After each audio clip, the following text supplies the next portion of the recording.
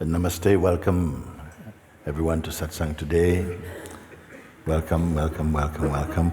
And welcome, of course, to all who are joining us, wherever you are around the world, for today's Satsang. Welcome, welcome, welcome.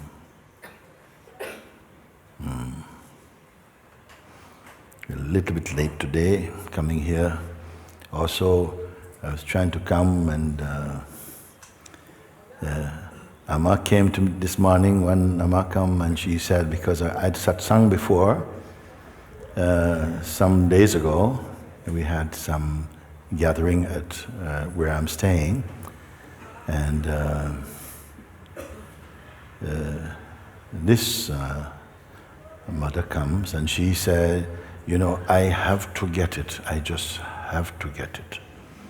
I have to get it. Please help me to overcome all the obstacles. I want to find myself, I want to be free.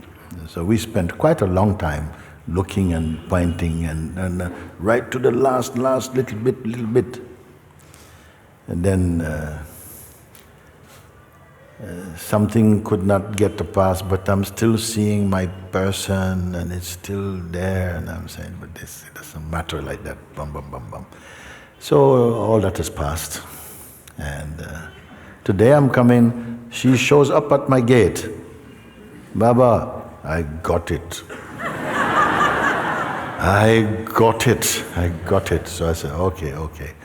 I can't talk about that now. We are late a little bit. Come, walk with me. And also to apologize to, sometimes people want to come to meet. I say, tell them, Gopal, tell them, we're late, we have to move today. I have a technique when I'm late. I walk fast and look on the ground. But it doesn't work today.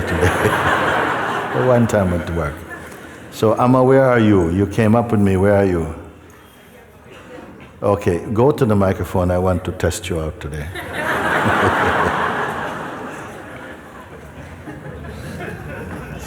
She wasn't walking like that before. She was very sprightly and very good. So just catch your breath and okay. So you say, Baba, I got it.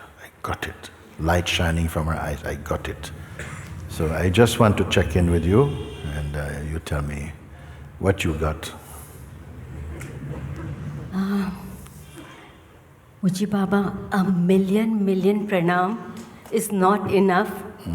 And those each pranam may give you that many lives, that many years to live. I want so that people also, so many million people get this. And can I tell you how I got it? Or just test me, no problem. Okay, come on. No problem. Tell me how you got it, and then show me what you got. I was sitting near Ganga, facing Ganga, and I just sat. I sat. I was just blank. Then I saw you came with a soft stick and hitting me. Nothing. That was a vision. I did not actually do that. Just so that the Indian police know that I don't abuse people. Anyway, yeah, so he came and he hit you. On the floor, just like water, amoeba, and then dried and went up, and I was there. Yes. That's it. Yes. Where? I was in awareness. Yes. Awareness, and everything was happening. And I felt, even for an ant, I was feeling that love. I don't know how, never felt that way. That's it. I was neither sad, not crying, not laughing, just I was there. Okay. Now you say was. Yes, I am. I am. When was this actually? Yesterday. Okay. 10:10. I thought we were 2020. What is it? 10:10/2020. Yeah, okay. Yes. So, okay. So it's good because it went overnight. So sleep happened, did it? Yes. Yeah. Yes. Then waking up happened. Yes. Same thing. Yes. Okay. So tell me what is here now, what is happening? I'm here and everything is happening. Yes. That's it. Yeah. Always in the morning I was with Ganga, I was sitting. Yes. I Yes. could just happen. You are who? You are what? I am the awareness. Yes. I am. Yes. I don't know anything else. Yes. And everything is happening. Yes. Is it a feeling you are having? I'm feeling, I don't know, I'm feeling just yes. Just yes.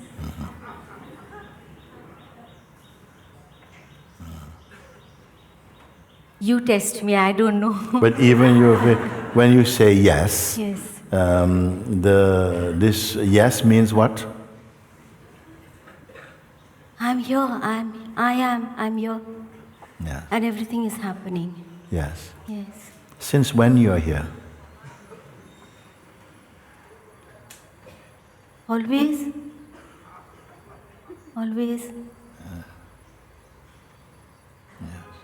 Sometimes mind is trying to answer, but I can feel I'm always here. Yes. Yes.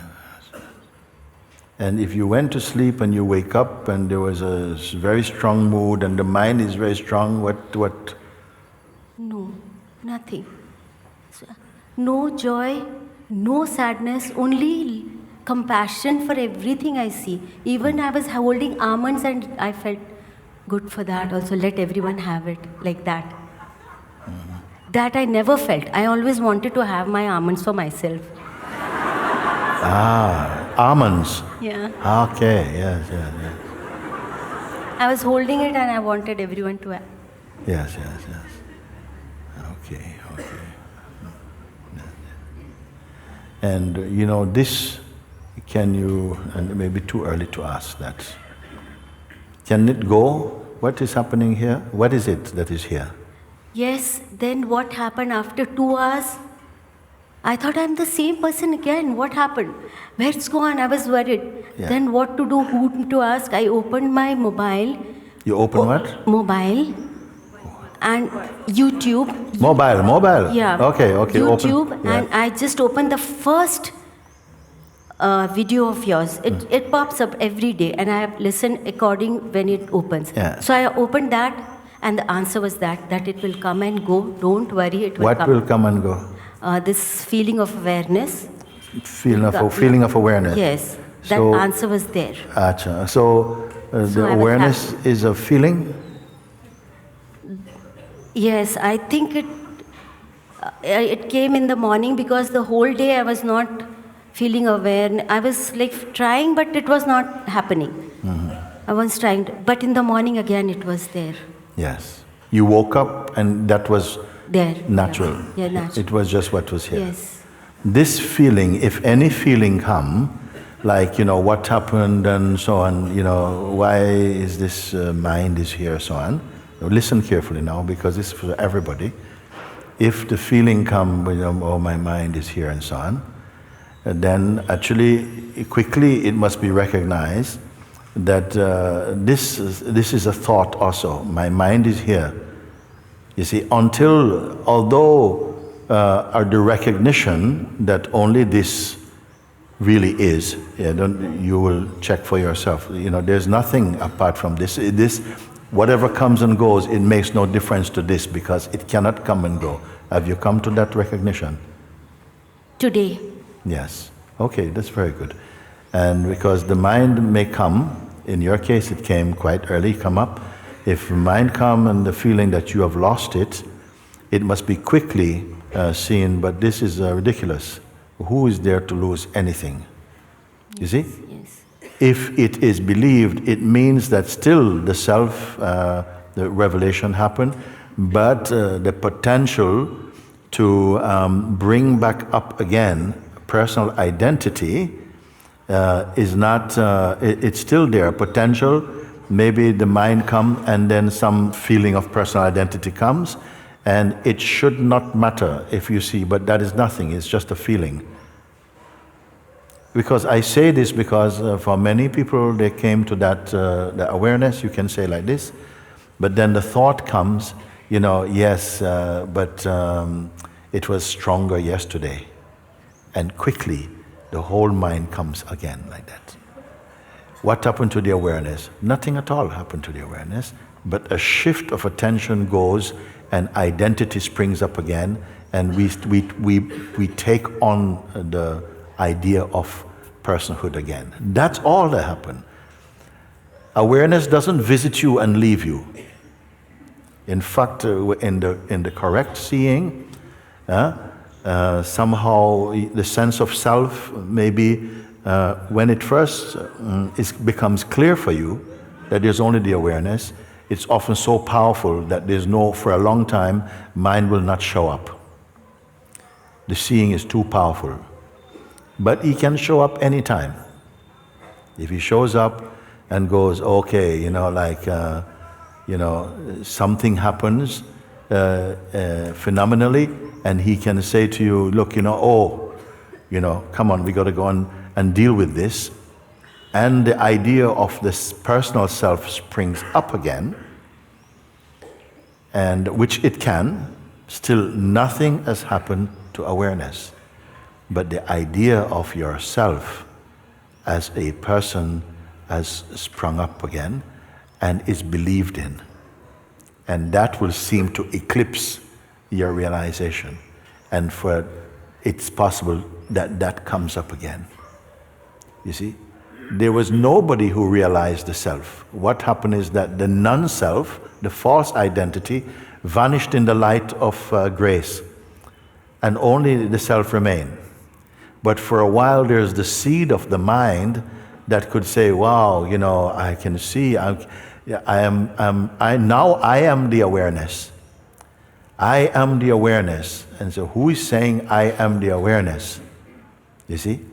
And if the I that says I am the awareness is itself still carrying the virus of personhood, then that sense of having discovered will somehow either be lost, or you'll feel, I discovered it, I've found it, and it will fade. Because there isn't a separate I to find awareness. In the recognition of your true self, the I as person vanishes, and the I becomes the self. If it is even said, the I merges in the self. Do you follow this? Yes. Yes. So these are subtle things. It's not that, the self was revealed and then I lost it. No, I didn't lose it. I did not find it. The I is still persisting. The self-belief in the I hides the natural awareness, which is its root. Again, when the seeker finds what it is searching for, the seeker and the seeking finishes. Satisfaction. The seeker of truth does not become the finder of truth. The seeker sinks into its own source. It's not the seeker becomes the finder. Please allow that to be heard deeply and understood in you. It's just a subtle, the last ace up the sleeve of the mind. He plays this card. Yes, I found it. And now your master will watch you. I have found it. Who found it? Then maybe the seeker or that seeking was, who found it? Who found it? Nobody found it. Or, yes, I found it, master. And you are what? I am here, master. I can confirm I found it. Where is it? And where is you? Like this you may be tested. Even now Mr. Mind is here learning how to use those words. You follow? Mind is not outside the hall. He's in here also. He's in here also. Even at the temptation of Christ. the devil, as it says, the tempter, the deceiver, same mind, he also showed he knows the scripture also. He said, why don't you do this? Why don't you? Because it is written. No, it is written. This mind is sharing in your reality and your sense of being on one side, and on the other side, the power that allows you to evolve or to transcend the lower mind. That duality is in you. So I came and I said, walk with me today, because I need to test to see what you say you have found, and who are you who found it. So nothing is won, nothing is lost for the moment. You're here, and you are standing on the very threshold of your own, on the threshold of nirvana itself. I just want to see when you say, yes, I found, yes, fine, and maybe great joy or something, yes, that's there. I found it. But I want to know how long this I who find it will be around. It can be there to say, I found, depending on whether this I who find is already disappearing or not. I found. I ask her, what did you find? I found. Where are you? And there's nobody left. Only that which remains, your true self, which may use I. It may use I. Shree Ramana Maharishi, he said something about this. He says the I removes the I, yet remains the I. Of course, if you are very mindy, you may go, what is he talking about? How many eyes are there? What it means, the natural intuition, the natural sense, the I, which is of the form of consciousness, removes the I, me, person mode and abides again in its natural state. Often when we say I, the original meaning of I is I, consciousness, I am. I, consciousness, exist. That's what it means. But if you go to any place where people are gathered and you listen attentively to their conversation, I, everybody, I. But you must discern what that I represent, because for mostly it will represent a person. It will represent I am the body identity. You know or not this? You have heard or not? When we speak even to our families, our friends, even sometime to the priest, when they speak I, whatever it is, it may still be I, this person, personal self. The conviction feels more strong. And that I itself, if it's only personal, it must somehow be washed off as a person. The I comes back to I as consciousness, pure consciousness. So before you go back to sit down, this feeling, this this feeling that you speak, it's a genuine what is happened there. I'm just watching not about the self, but about the you, if this you is separate from the self. If it's going to be separate as the one who discovered the self. Yes. Yes.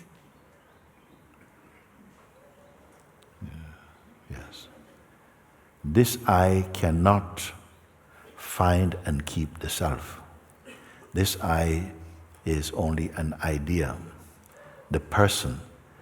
No person who say, if I is the person and say, I have found the self, I am awake. It is not true. It may be deeply believed, but it is not yet cooked. It will still be a duality there, and it's not a technical distinction that I'm making. Do you follow or not? Yes. The sense I, if you are holding the sense I as the finder of the self, this will become merely an experience that come and go. And I want to make sure that right now you are confirmed that which is stronger, the I or the awareness, you see? Is the I containing the awareness, or is the awareness containing the I? Awareness containing the I. Yes. So the I is only a sense arising. The I as any entity is only appearing in the immensity of the impersonal awareness. Do we follow that? Can you relate to that? Pardon? Yes. Yeah, it's like that.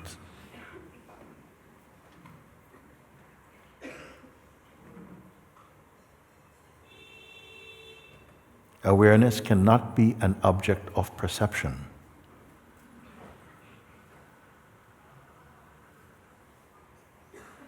Even to say that it is the subject that perceives could become a limitation. It is without limit. It has no form and no structure. So when we approach this kind of inquiry with the mind runs out of technique. It runs out of instruments to try and measure, because he's always separate. The notion of being separate, trying to evaluate the awareness. Let me see, to study the awareness. That's why I say even the one trying to study awareness is an image appearing in the awareness.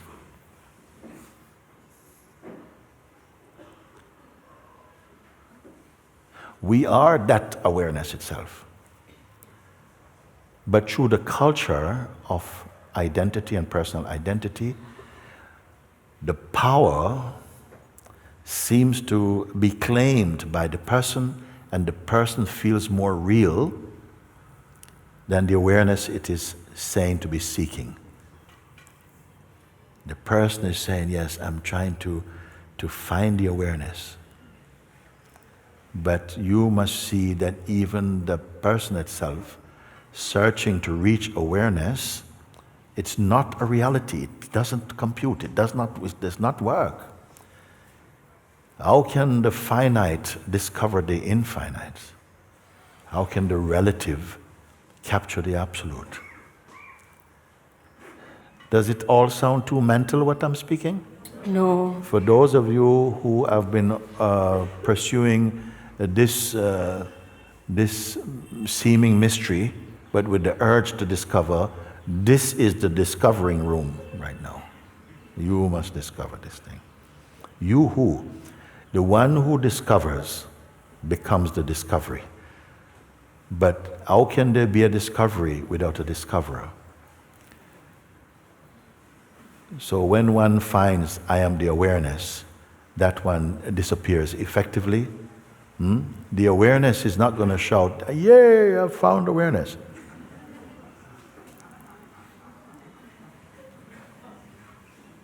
Yes. Don't give this to the head or to the mind. Only that one, the authentic seeing, you see? Yeah? Don't make any judgments. You are there, right here. Watch, because the I person is still feeling it stands a chance in the game. It's about to somehow, it's on the verge of detonating into emptiness. But he's holding on because there could possibly be identity charge is still inside it. And maybe it could just go his way. Meaning, yes, oh Guruji, sorry, I lost it. And that I lost it is believed rather than discarded and recognized it is only a thought. Then what is left? If any I who find it is still remaining and that is exposed, what remain? You see, what remain now? The awareness. Yes.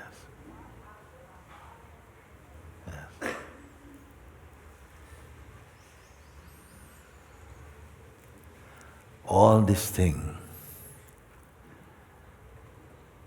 like that causes what you may call delusions and so on.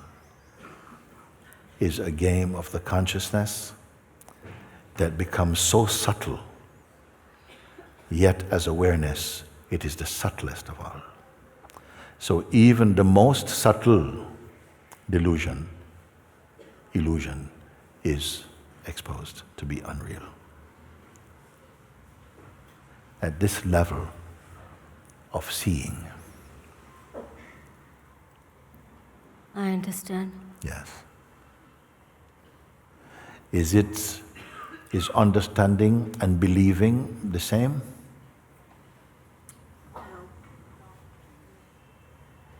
No. Why?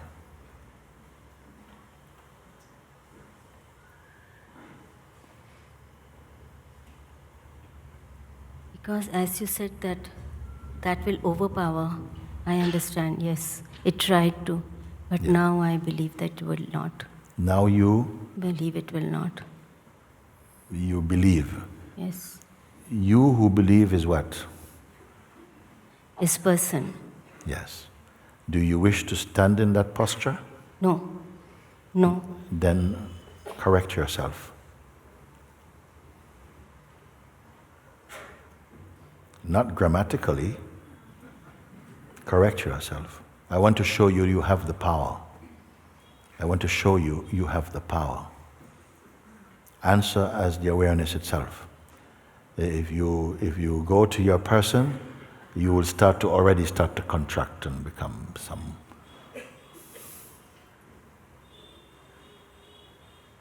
You determine your real place.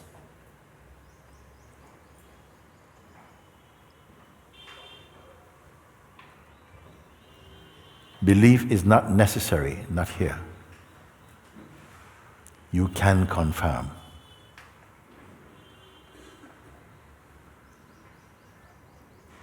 Who is with me on this one? Keep your hands up for a minute.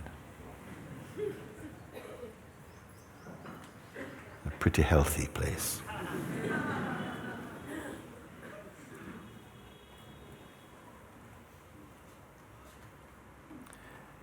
Speak, Amma. Say something from where you are.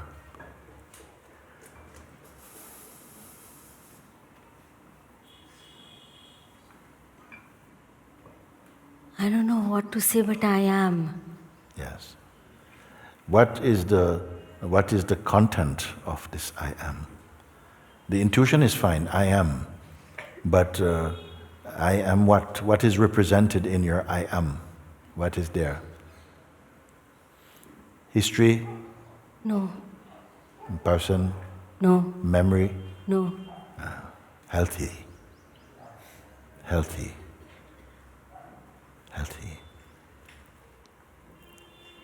But we're on the bridge between the manifest world and the Absolute. This I am. This I amness. It's a good place. You may call it the conscious presence, which is capable of discerning, you see. It is still a function at this moment. Yes. That which recognizes even this I amness itself.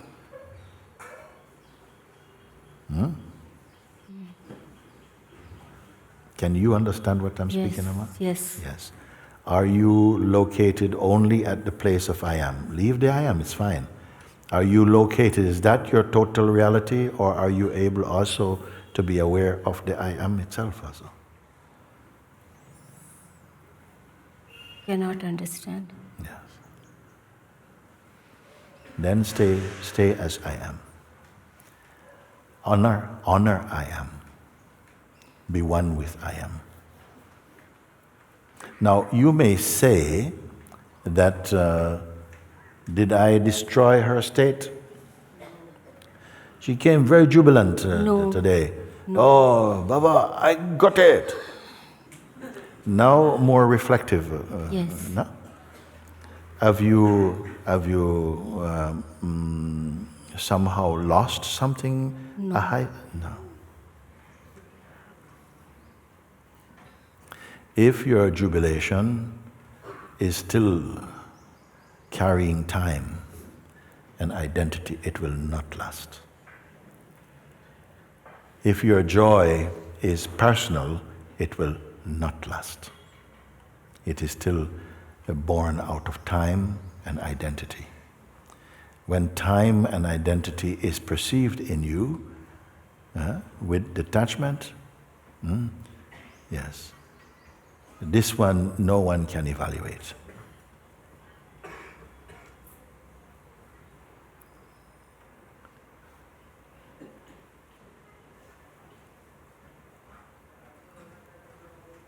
You have not become a member of anything at all.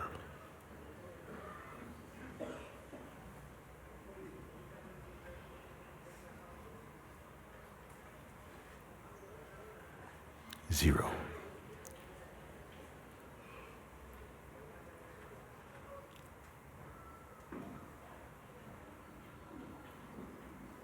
Some say, who are you? 1 minus 1.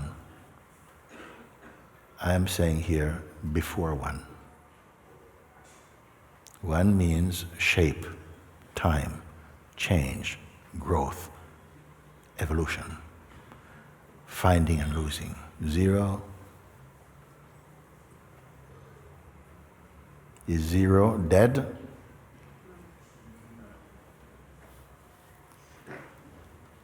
Is 0 an act? Is somebody being 0? No. Yes. Yes.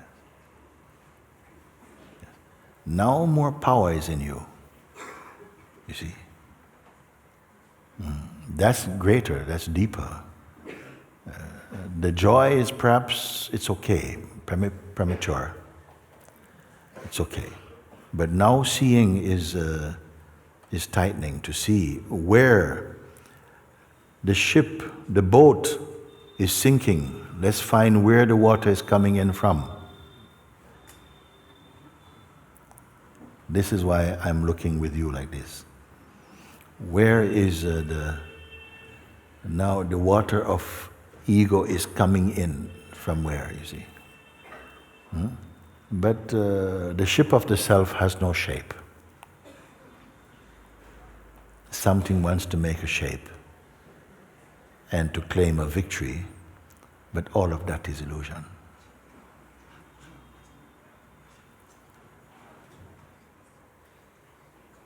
So what is to happen now, Amma? Anything or nothing or what?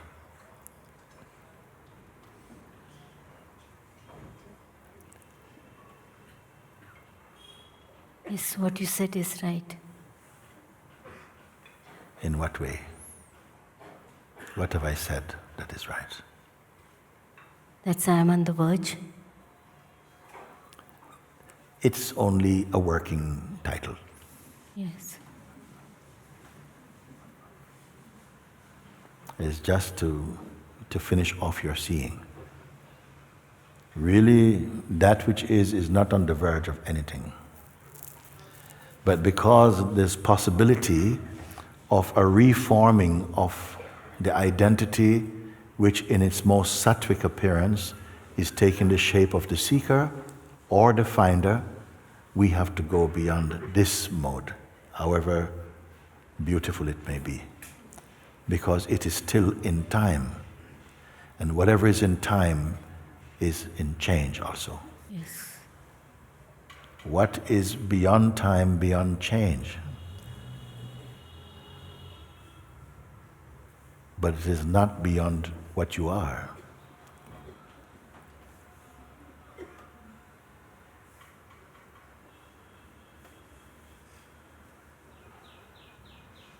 It's easier to see it than to speak about it. Granted.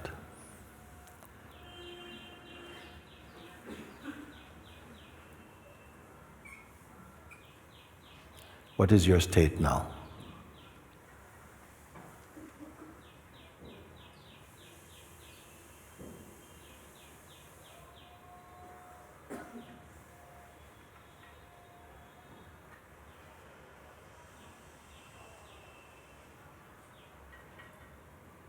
cannot explain. Okay, good for now. Yes. Good for now. Absolutely easy. Look, but don't search now. Okay. Just notice, but don't shop. Just look. And be one with your seeing. Don't project.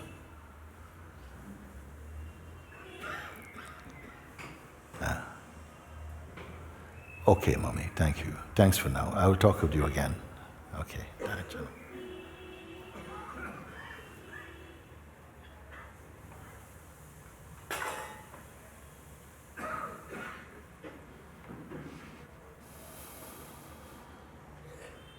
First, you must ingest before you digest. You swallow, then you can digest. Because also the mind may still hold something and it's still in the head. This cannot just be in the head.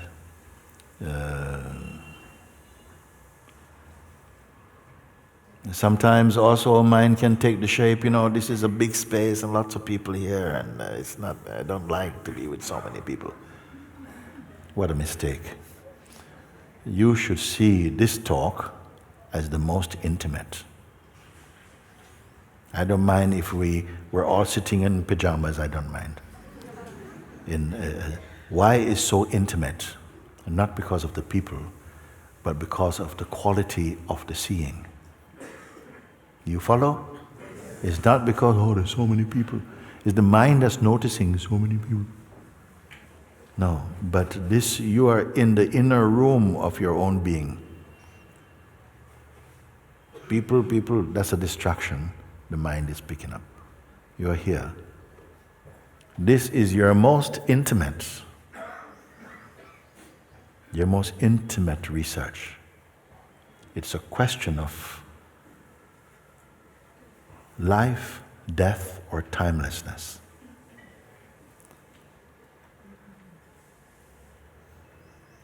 We have been sleeping, dreaming. Now you must wake up into the truth of yourself. It doesn't suit everybody at the same time. Sometimes you see people walking out and so on. Let them, that's fine. Their minds cannot bear it. Mind may be too strong or something. But you're here. Finish being here and be finished being here. Wait. No. Okay. Okay, you come. You at the back in the dark, after. You come now.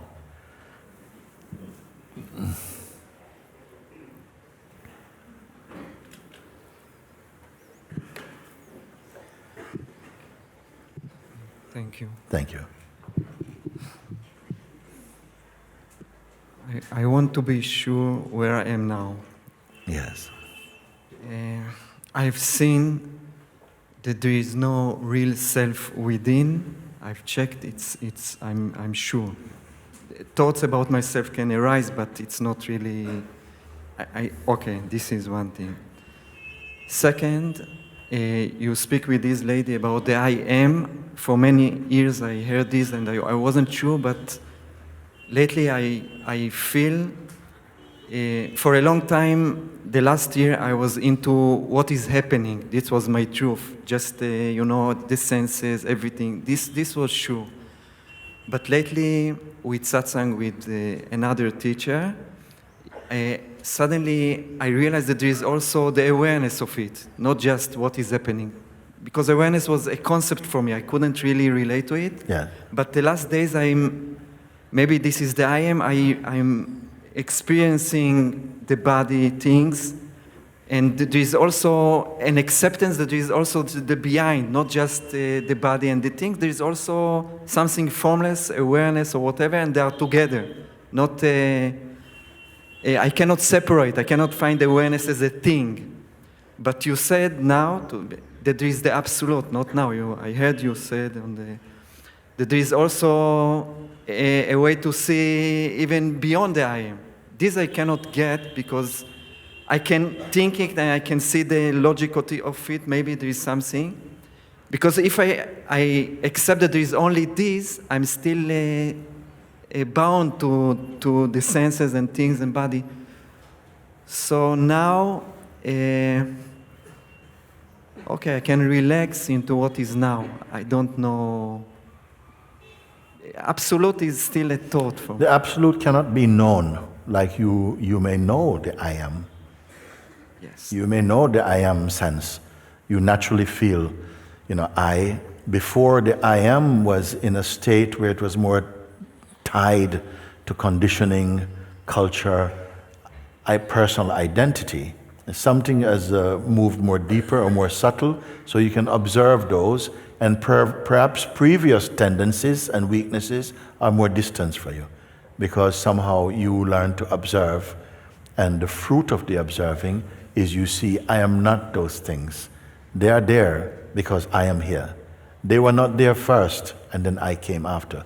I am the one who perceived their reality. It's not they are perceiving me. I can see my hand. My hand is not perceiving me. Sort of feeling like that. Who is saying this thing? So the sense I am is there. It's your natural. In fact, it is everybody's name. All the sentient beings have this natural intuition, this untaught or unlearned knowing I am. And from this I am. So I am is experiencing, would you say? You can say this, yes. Okay. Yeah. It is this consciousness, what I call the dynamic consciousness, in which perceiving is functioning, the sense of enjoyment and suffering, all of this can be perceived through this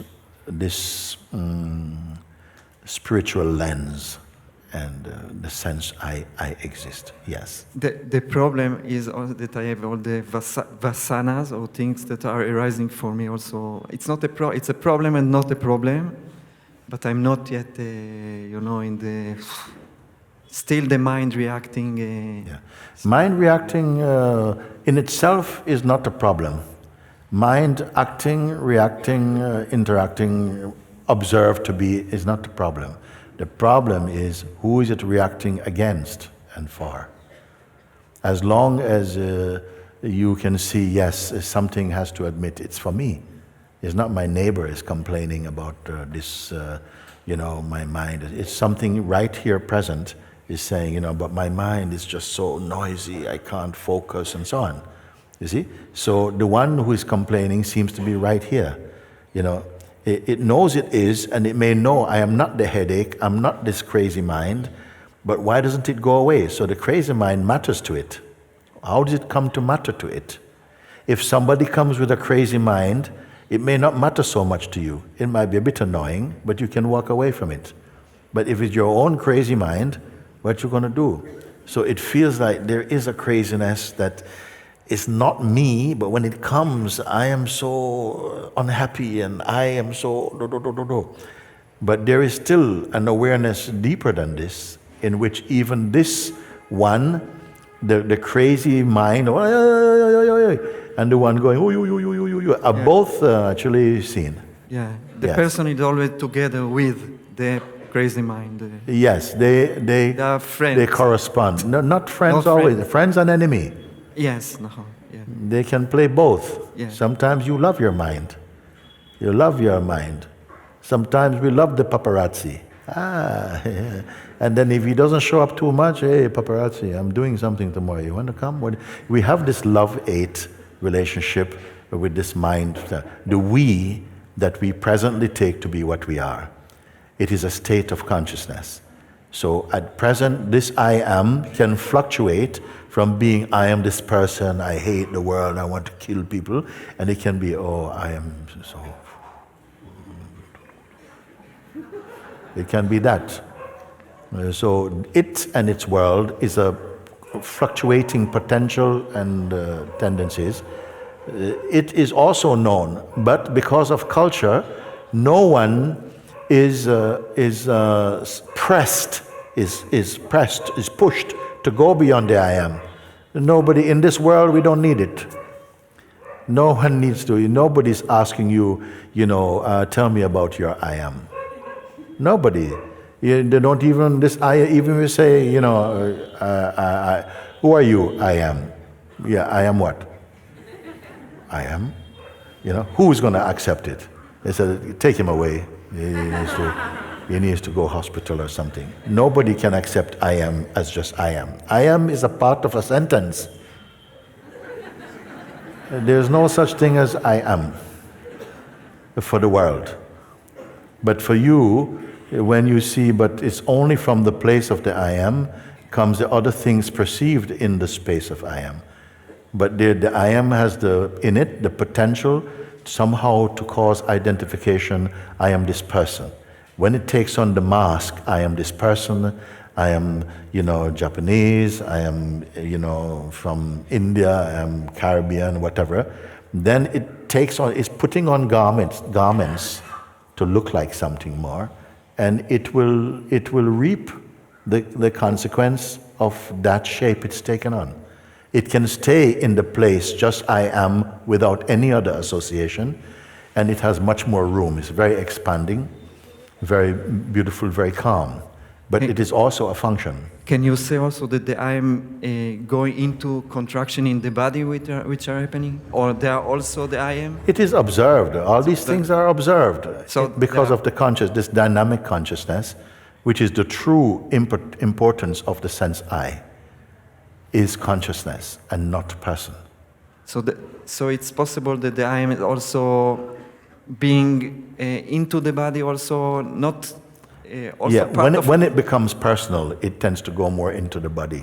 Okay. Yeah, it has more stronger association with body than when it is merely functioning as the witness to all of this.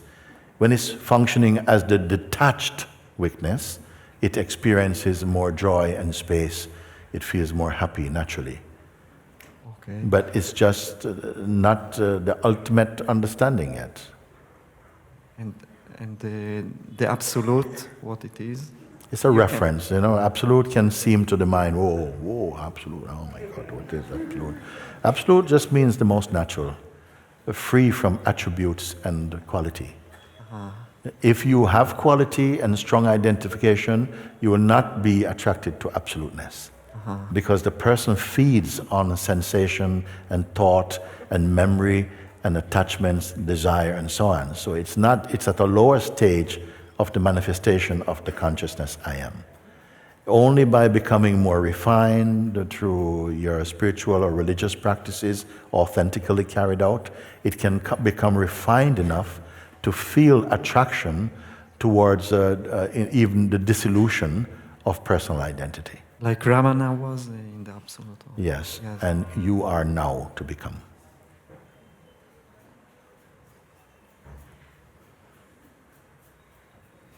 All our knowledge should only be to disappear. Personally. You cannot reappear impersonally. The impersonal consciousness is always here. It is the substratum of all that exists, is your natural state. Mooji, 9 years ago I appeared before you, and I was very arrogant, and you put me, not you, on the video with my face completely. This is I thank you for you, and it was written pure arrogance. The connection. It was 9 years ago in Tiruvannamalai. And I'm sorry for that. No, I really touched. To see how much love you have to the people, and it's really inspired me now to see when I saw you there on the videos. And I thank you for that. Well, I have to say that I have only love and attraction for you now, because you had to leave that something has left that clearly was not what you, as you are now, was behind and inside that state, but not at the mind part of it. You were there, and you told me that I would bow down, but not to you. You told me because I was so full of aggressiveness and ego and stupidity, and I never require from anybody to bow down to me or to touch anything of me. Just that you follow what is being pointed out until you discover for yourself. That is only what satsang is about. And when there is a genuine urge to find, I become naturally attracted to you. I become naturally attracted to you, not personally, but to your state of consciousness. And the natural outcome of that is that it combusts into spiritual knowledge,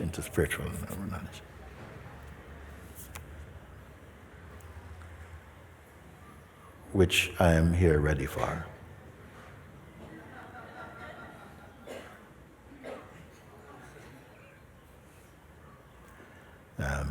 Your questions are good, and to clarify, it brings us where to now? Right now, nothing. I'm not thinking so much at this moment, and I'm not seeking anymore. Yes. Right now. Yes. Okay. Yeah, that's it. I cannot press anyone to go beyond something unless I feel the urge in them is to see that actually there's more that can be seen more clearly. Seen just means understood. And if something is not contributing to your realization, you can recognize it yourself and discard it, or it will be discarded automatically like that.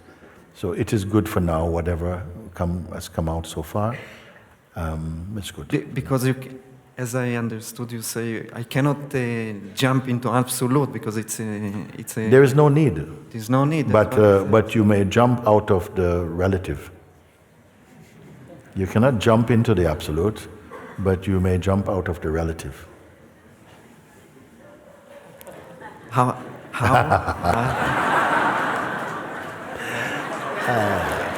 By seeing, by seeing, yeah. Because all we are doing, I'm not training anyone for any spiritual gymnastics. So all we are doing is just looking and then seeing what is present. Maybe some thought come and it is contesting, it's saying something. We can look at it if it feels to be important. If it seems to be persistent, then we can look at it and look at, because you have the power to discern if this is true or not true. And when it is exposed as not true, then it loses power and influence in your being. That is very important.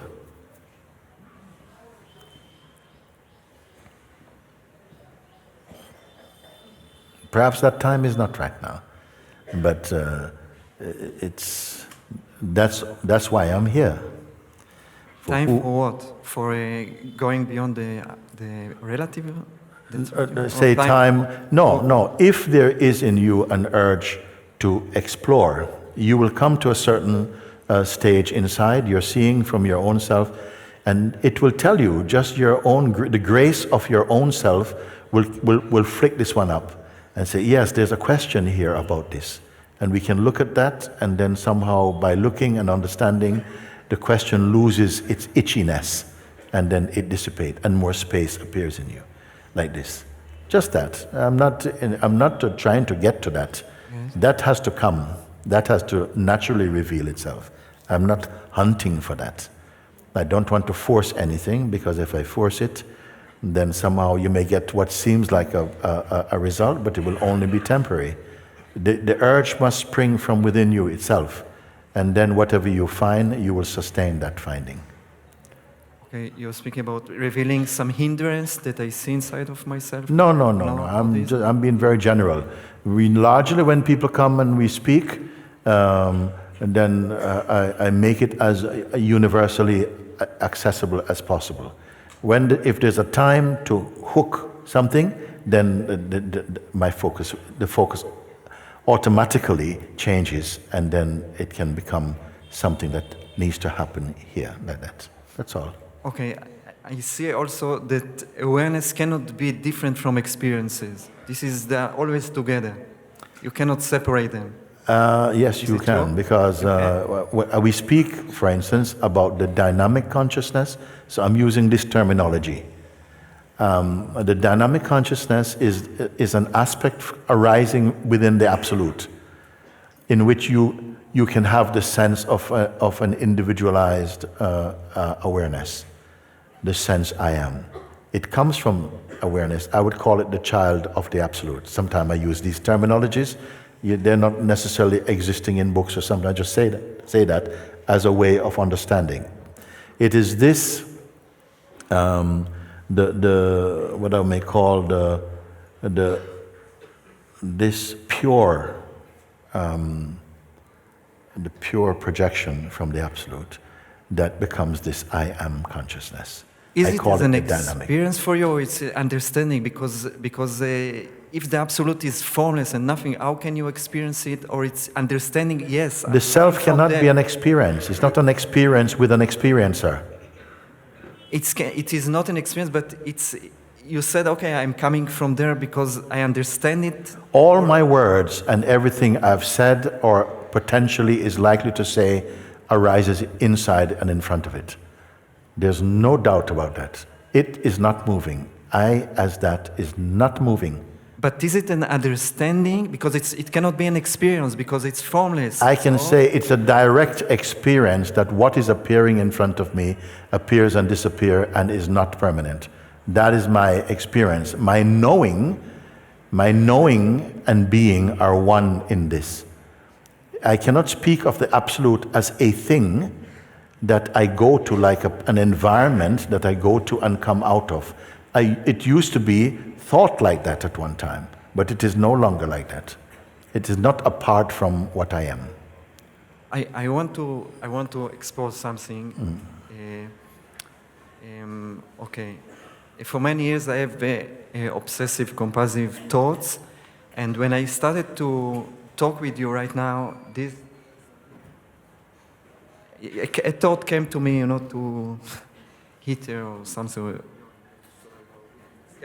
It came to me and it disturbed me for a little bit, but I forgot it, and I want from here to continue. I brought it out. Okay, it's exposing maybe.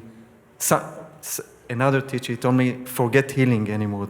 Forget about healing. You're okay. Don't. But something inside of me wanted to bring it out, to be not okay. So this is one of my disturbances. These are things which are really not allowing me to be loving like yourself, and it's the true healing would be what? The true healing, if there's a healing, would be to be free of the idea of a healer. The one healer, if there's something, must come from the Supreme. Can you say it again?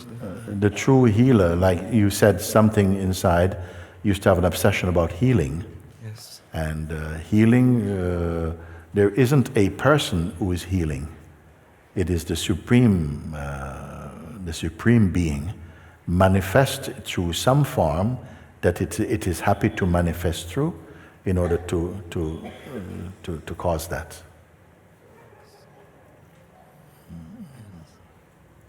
As long as the form is empty enough and it is the right form situated in the right place for the intention of that of God, then that may happen like this.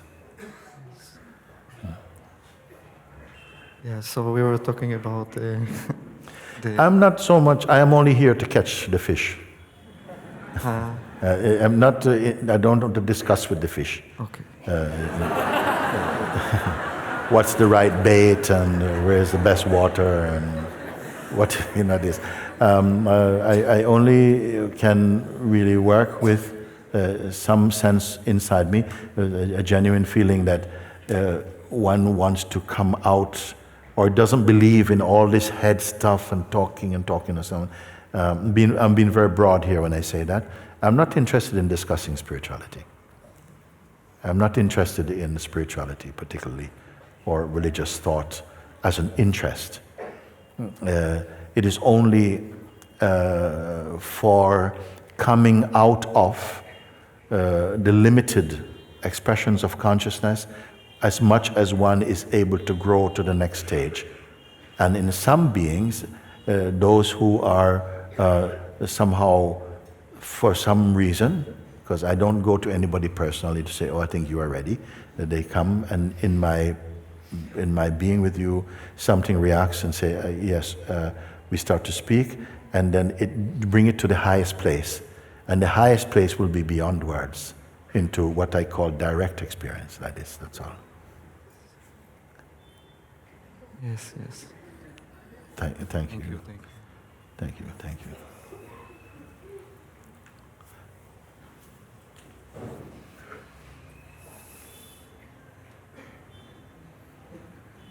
Hello, Mooji. Hello. I love you. I love you too. Thank you for giving me this chance to be in front of you. These emotions are very high, but I know that this doesn't matter.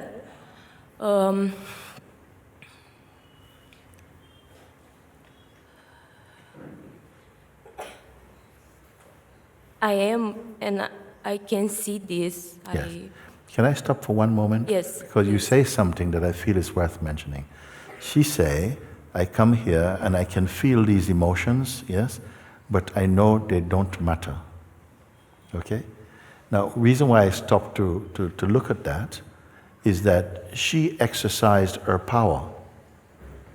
Maybe someone would come and emotion, I'm so nervous, and oh my God, and so on and so on, and may say, look, sorry, I just have to calm myself down and so on. But she say, though sometimes people say, I'm crying, but don't pay attention to that. Meaning that they're not prepared to pay attention to that. That's on the surface. I feel emotion, but don't read me by that. It's not important. The same power you will exercise to overcome and bypass your person also.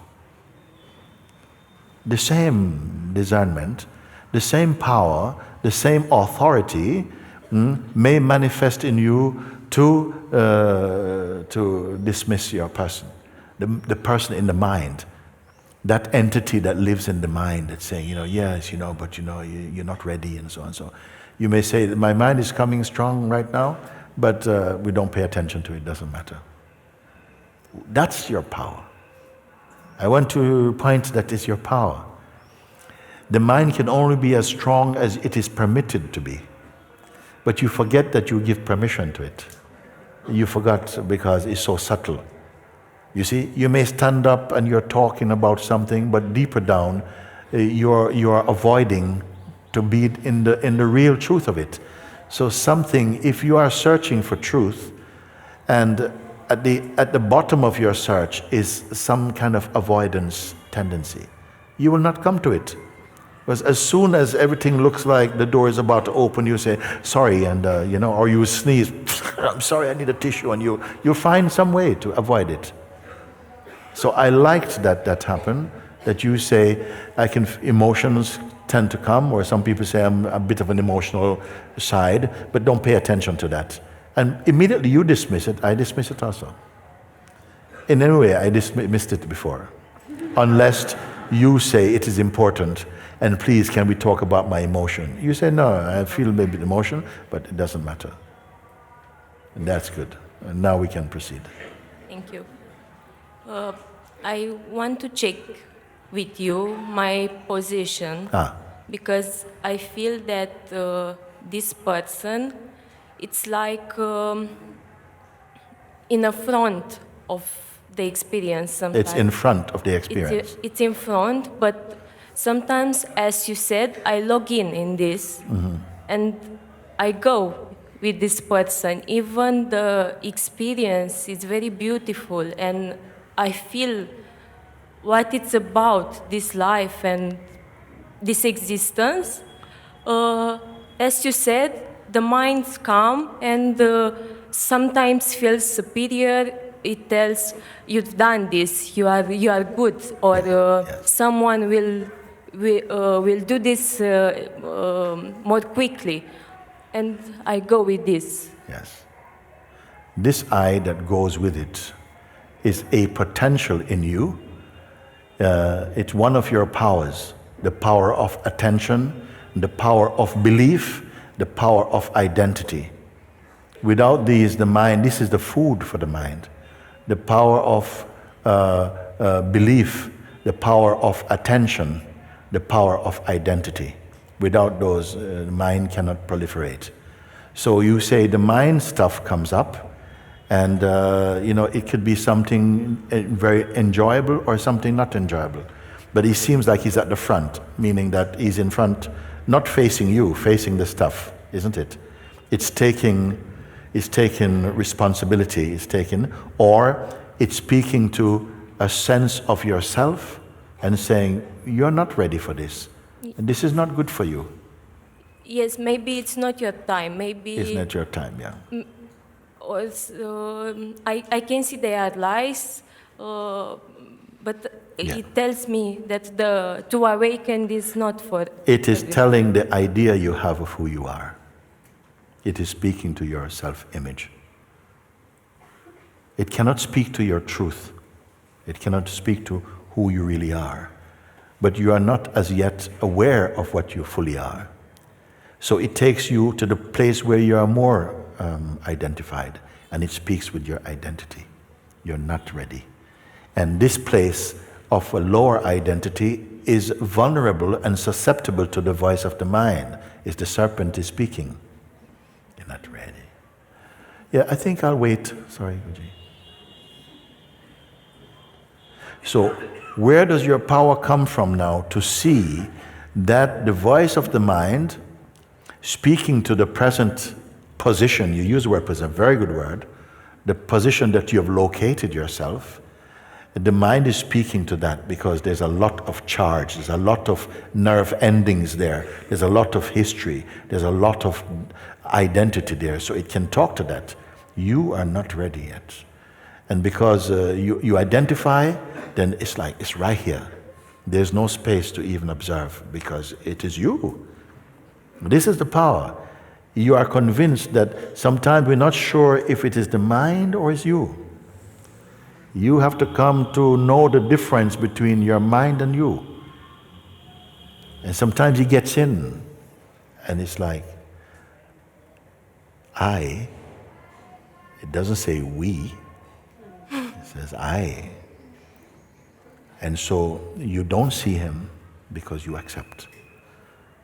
He's saying, now I'm pointing you from another place to say, both the voice that's saying you are not ready and the one who is believing I'm not ready are both perceivable from a deeper consciousness in you. You can see them.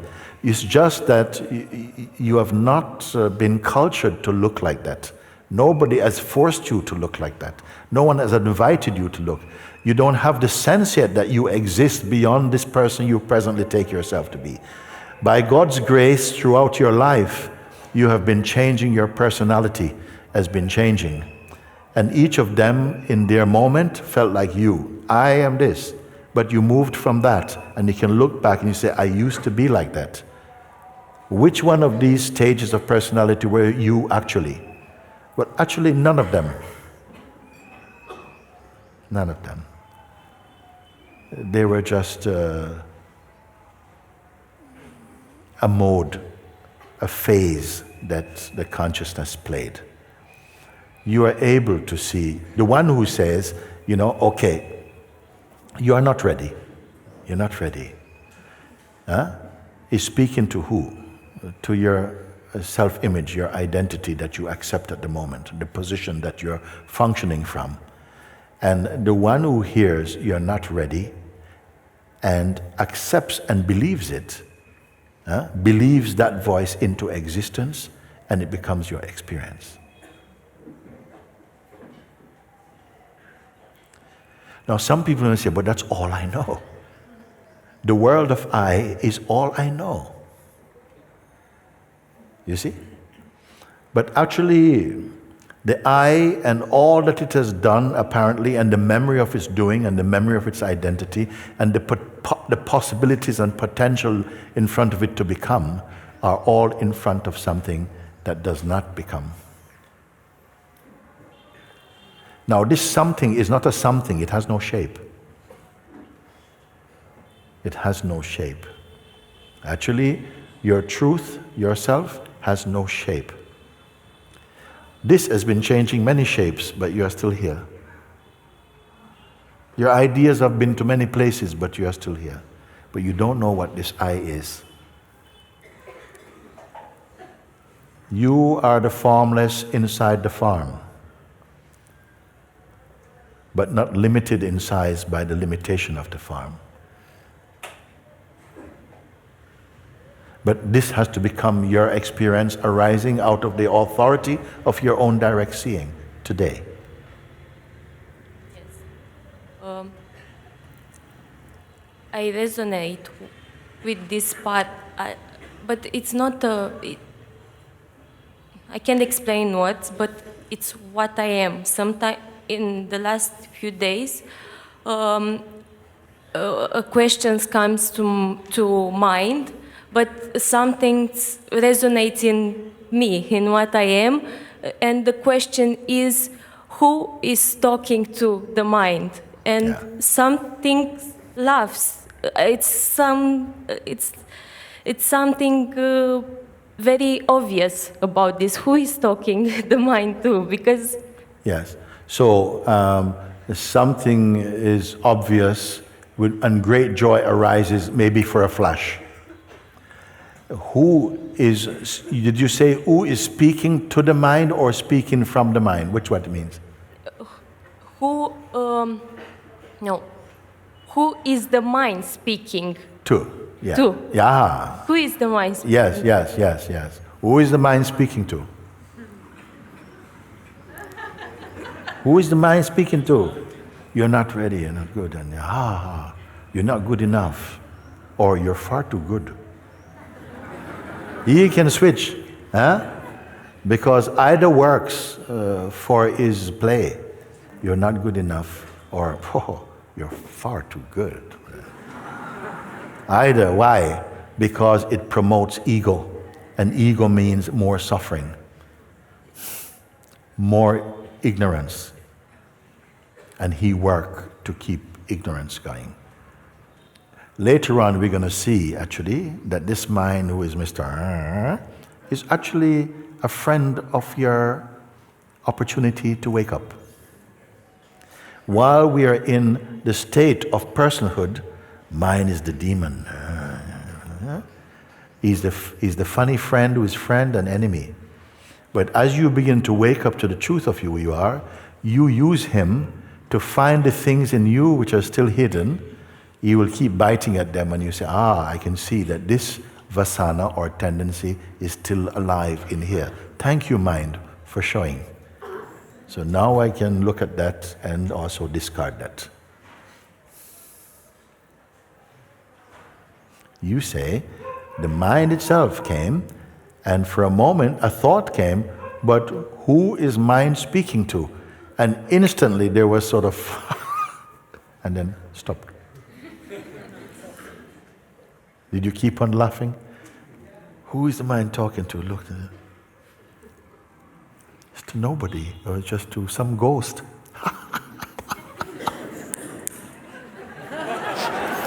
He's back. But did you go away? You are there to watch this also, this entire scenario. We have given a certain energy. The mind, so to speak, is living on phantom energy. Means that it takes the energy of your belief to work against you while you are in a state of hypnosis, in believing you are something you are not, or something that's only a limitation of you. Let's carry on. Very good. Yes. Yeah. Even now, I am here, and also I can see the ego, the person, the mind, that it's playing in the back. Yes. Even it's more subtle. And don't worry about that. Don't have to turn backwards to find him. Don't worry about that. Before, the presence of of the mind and its activity was more loud, and it gave the impression that it's blocking from discovering the self, which itself is an idea appearing in the self. But each time I say that, there seems to be, you black out. Sorry, I didn't really get that. Could you repeat, please? And I say it again and again. It's like some little switch that you're not connecting, right there. This switch of delusion, keeps the whole world hostage to this delusion. And this is what I persist on this, because I know and see what happens here. You see?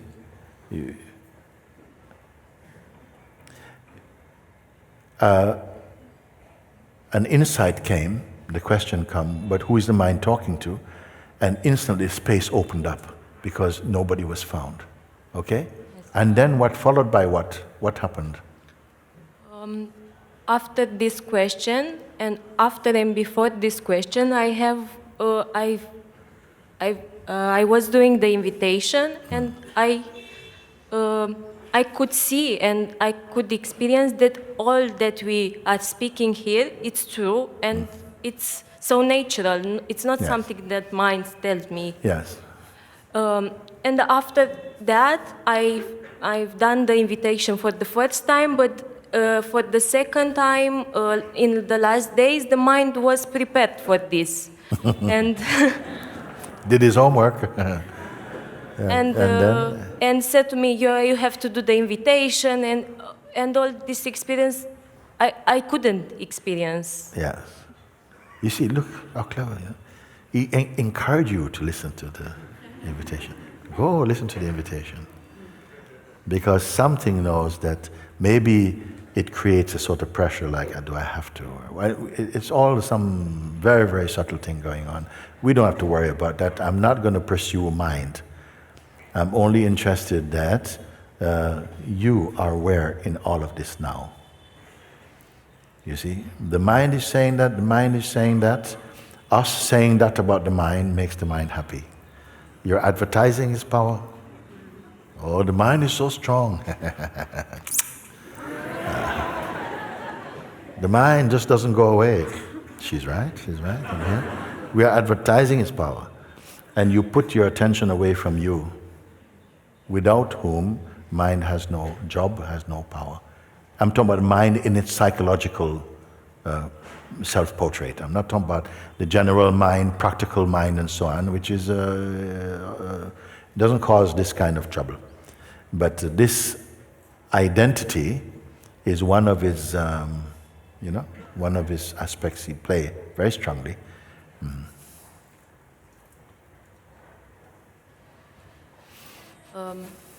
I feel that now it's a moment to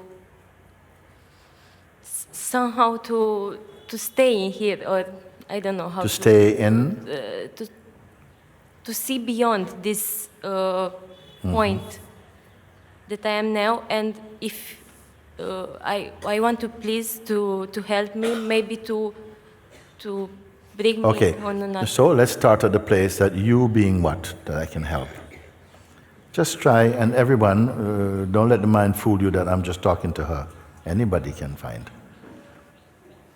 But somehow you want something, and you who want something now, I want you to zoom in on this and to show me who you're speaking about. You as what is asking for help.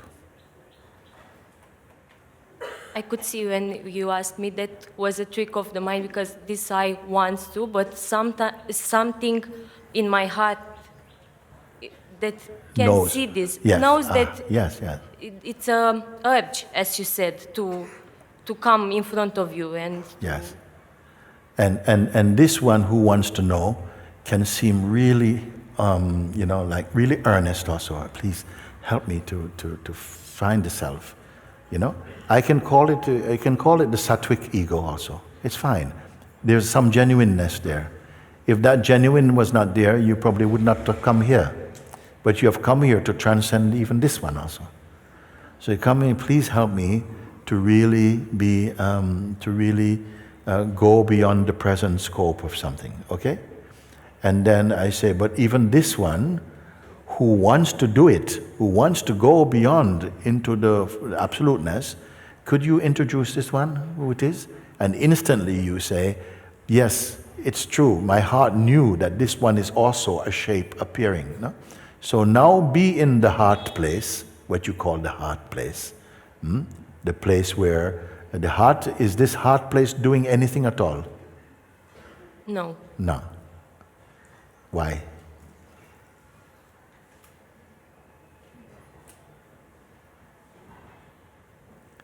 This is your place. This is you. This is you.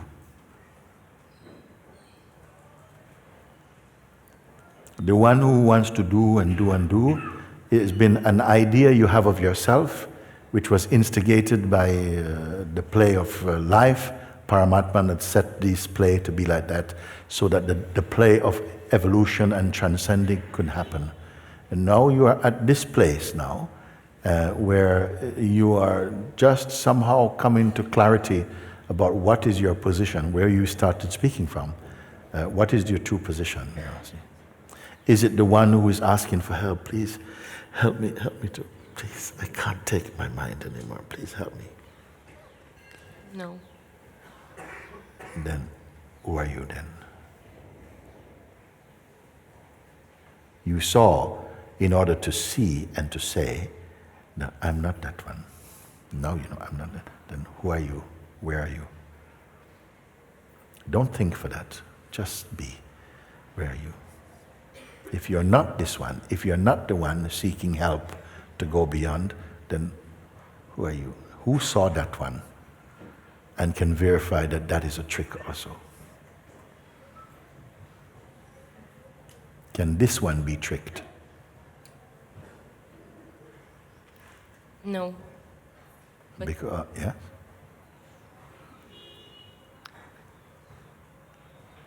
a bit the doubt there, and a Yeah. little subtle. Doubt also can be perceived. If you identify, then you give doubt a life, and the doubter also. Like, yes, I'm a bit stuck here. This is a subtle thing. That's your wish. If you feel to look at what the doubt is, or you can say, but doubt is an energy also coming in now, and it slows down my seeing, so that I either must go back to find out what the doubt is before I proceed. So you became an I as a doubter. That which is beyond doubt and beyond belief.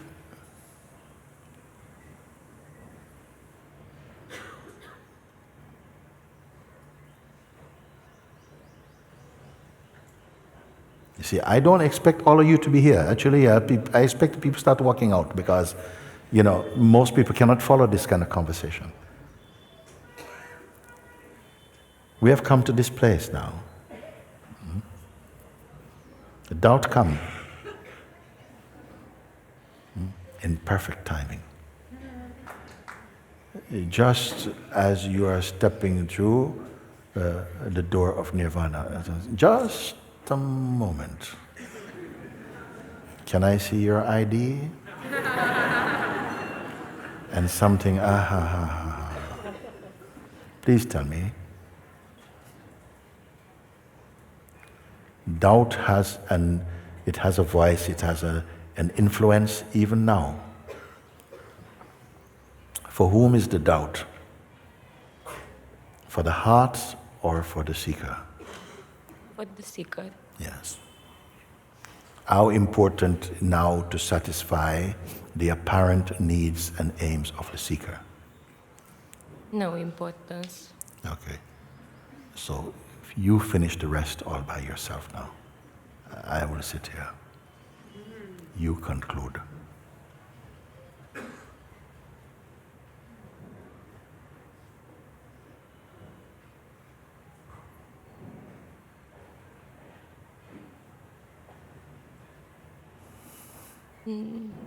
No words to conclude.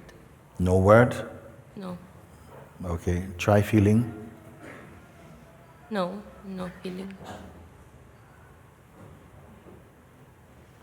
Try situation.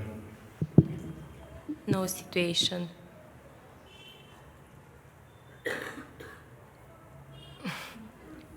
A bit again.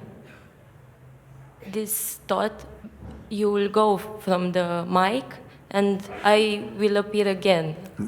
Go and come back to go and see. Go up there, go around, come around and go back to the mic. And I want to see when here becomes there. Go, do it. You'll walk away from the mic, Mr., okay? It's like the guy who goes, yeah, okay, listen, I'll come back later when you're by yourself. So what about now? Why not now? But you put the doubt in your mind. When you step away from this mic, you see what's going to happen. So do it in my presence. I go.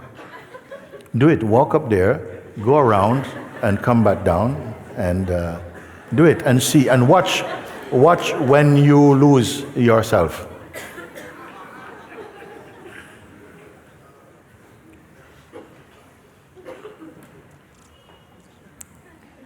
And when you lose yourself, stop by the person you are and put your hand on their head. Go and tell me which is, just as a marker.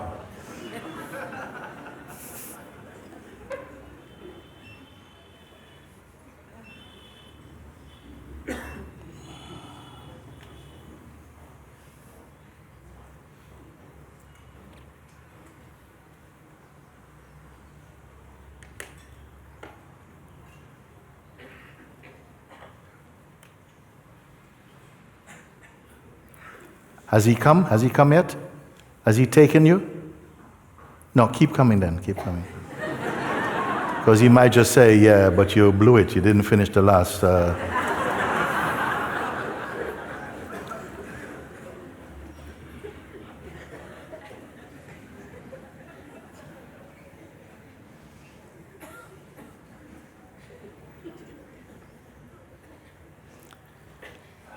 Who am I speaking to?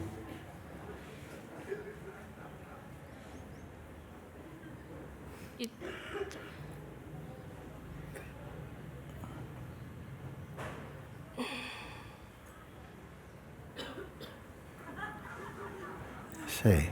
It's this. It's this is meaning what?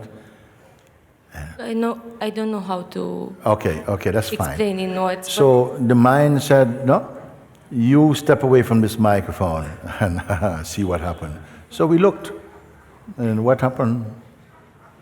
Or did you have another appointment somewhere else? Why didn't come to destroy your freedom? All these things you cannot. What difference has happened? No difference. Yeah. Even the thoughts are coming and... Yeah. No. It's very good.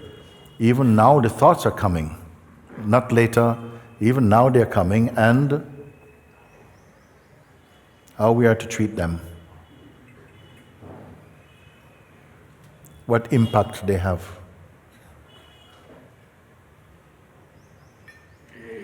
No impact. No impact. No impact. We had one time in my small apartment in London, we had satsang just like this. I'm reminded of this. And one man, we've been talking like this for a while, and then he finally says, Mooji, it's amazing. He says, my being is filling the room. It's filling the whole room. I said, but that is fantastic. But what about the kitchen? He said, no, it's just in the room. I said, go in the kitchen, it's a small kitchen. You go in the kitchen. I said, yeah, what happened? He said, it's in the kitchen as well. I said, what about the hallway? He said, no, definitely the kitchen is open and it's linked to this. Go in the hallway. He went in the hallway, narrow hallway. He said, it's amazing, it's in the hallway as well. Try the bathroom. In the bathroom. It's in the bathroom as well. Yeah, bathroom. Okay, I said, okay, it's very good. I said, what about the garden? He said, no, it's definitely inside your apartment. Go in the garden. He went in the garden. He says, it's in the garden as well. It's in the garden as well. And then he said, it's amazing to come to your place, and I just want to savor it because I know when I leave,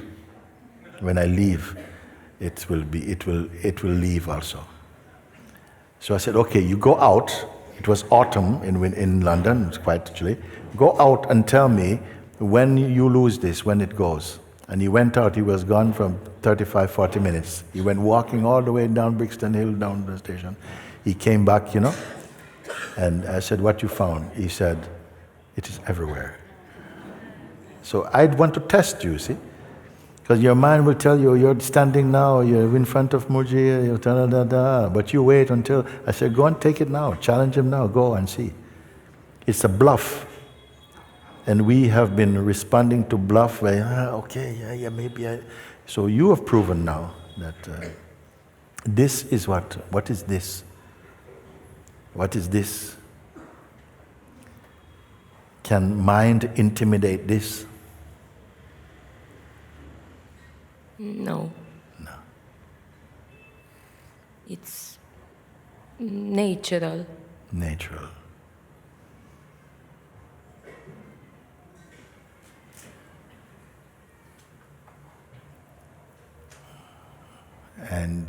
And you?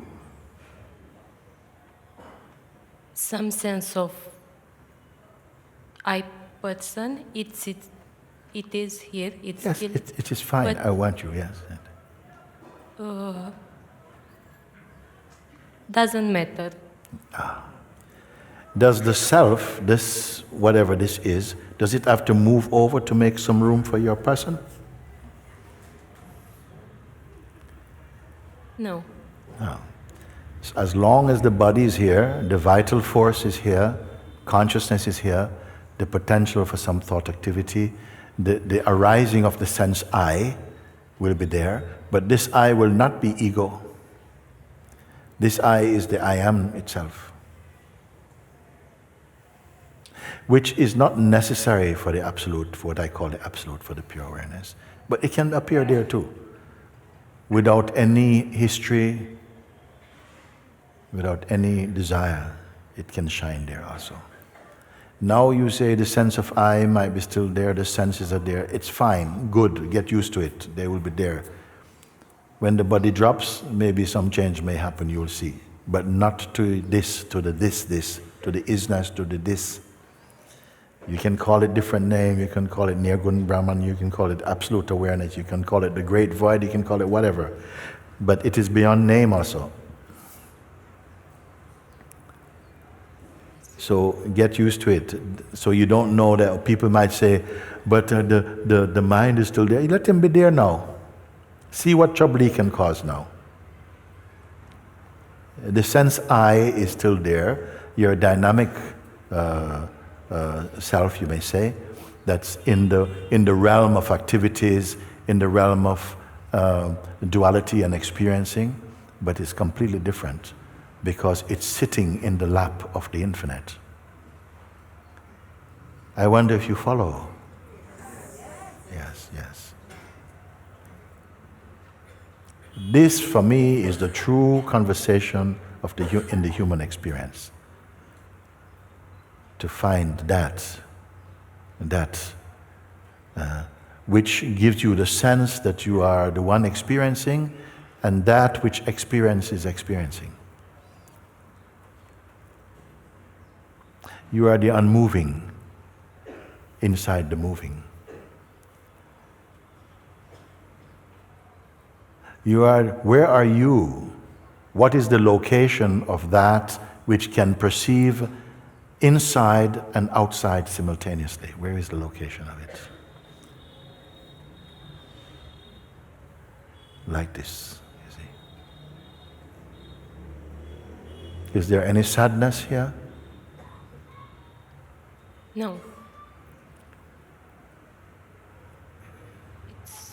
It's not a feeling. Mm-hmm. Even I can say it's not love. How the mind thinks it's love. Yes.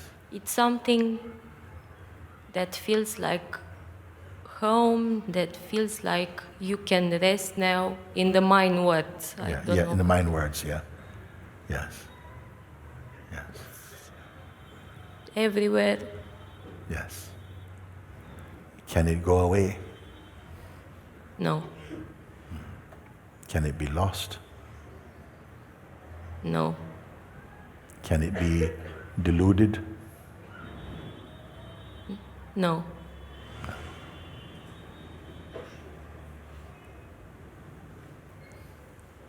Is it a blank?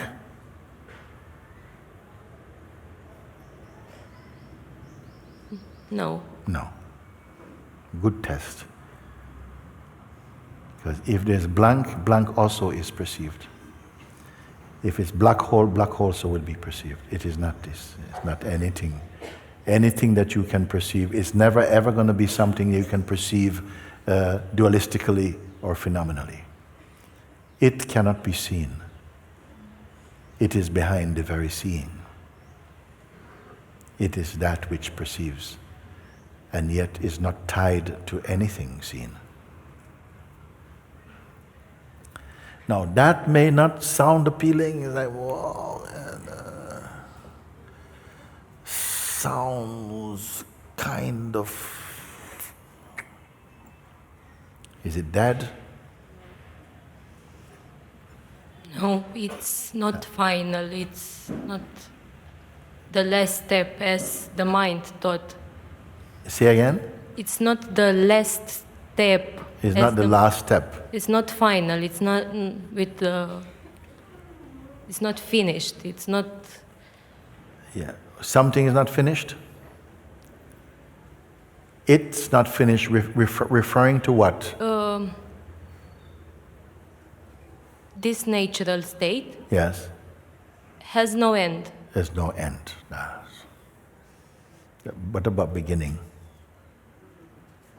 I can find the beginning. And you who can't find beginning or end is what? It's something that it's perceived. Yes. It's a sense, but it's sin that talks. I can. Yes. Yes. It needs the consciousness is speaking on behalf of the Absolute.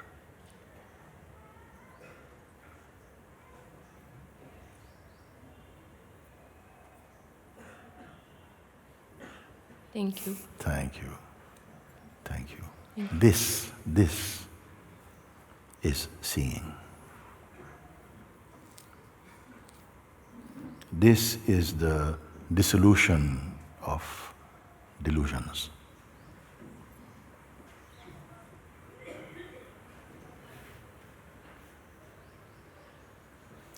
Even then, you may hear the term remain as that, even though that does not have to remain as that. But just in case the attention drifts towards the sense of doing, I say remain, which means you are already there. Don't also become. I said remain, stay faithful to yourself. Don't drift towards the mind with your attention. For a while that will still be of value, maybe. You see? But at a certain point, that also burns up.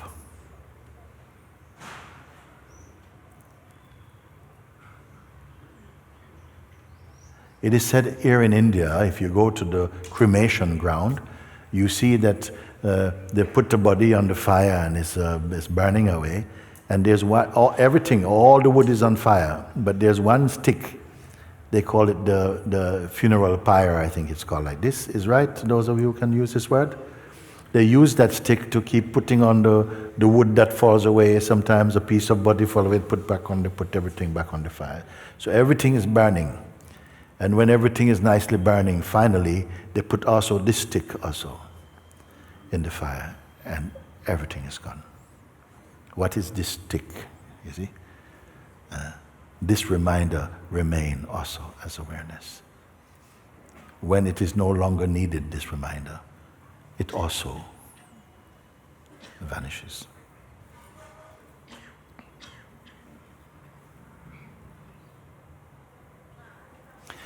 We have each been somehow on the journey of self-discovery, and this time that it has taken is important time because it's like reacquainting us with our own source self, because we have developed so much attachment to the unreal, we could not take the full impact of the realization of the real. So we have been starting on baby food a little bit to gradually develop the right appetite somehow to come back to bear your own truth. In fact, there's nothing other than truth to bear their own truth. You've been developing spiritual muscle to discover, and then right as you discover all your spiritual muscle, and you are gone. You are the one that doesn't need muscle. So you must have at least a subtlety of understanding to grasp this, because the mind in a more dense or gross state will not be attracted to this understanding yet. You have come to a seeing. I may say, honor your seeing. Honor your seeing, which means that there is no greater joy than somehow observing yourself. It's a non-dual play.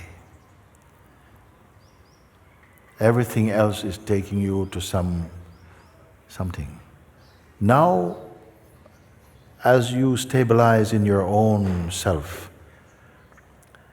the play of the dynamic consciousness and the world becomes a very different thing for you. Some jnanis or awakened beings, you may say, for them the world is nothing at all. For others, they have an activity to do also in life, but no one can guess their state, that they are the supreme in that state. And another one may seem to be very active in the life and have a family and all these things, but no one can guess their state, except those who have an attraction to and an urge to discover the truth. They will be like drawn to that presence, because they'll feed through the peace and the joy and the love that emanate as the perfume of that state. Here is a perfect example of someone entering through the door of their own being to themselves. And this is what we see. And since I've been here in Rishikesh, I've witnessed a few of this happening. Rare. Yet everyone is in the pot. Everyone is in the pot. All the fruits are ripening. Some you touch and they just drop, they yield. Others you have to twist. I said, no, they're not ready, leave them on the tree. Others too high up in there, the monkeys are eating them. What to do? It's like that. All is the play of Paramatman. It's a joy, it's a privilege for me, it's a honor for me to meet beings like you. It's an honor for me. And also, I want to remind and thank you of Ramana Maharashi and Papaji and Anandamai and all the awakened beings that was on this planet, because in every place they are. You can find them, yes. And I can find you. And yes, they have not left. Enough of them is here to their influence. They're here also in this room. They're here to support this, because even this is rare. They are blessing us.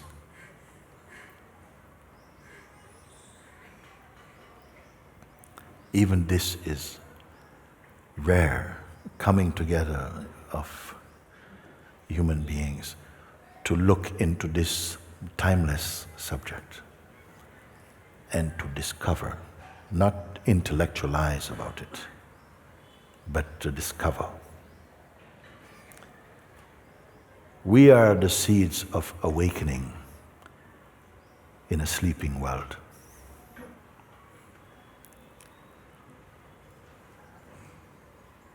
We are the seeds of awakening in a sleeping world.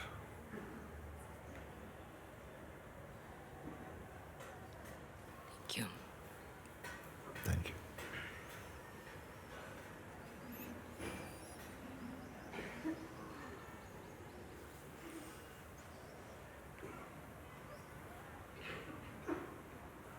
Sometimes we feel that, oh, there's so much you have to do, and there's so many wrong things that have happened in your life, so many mistakes we have made, and it's so hard, we have a long way to go, and lifetimes to put things right. I say, no.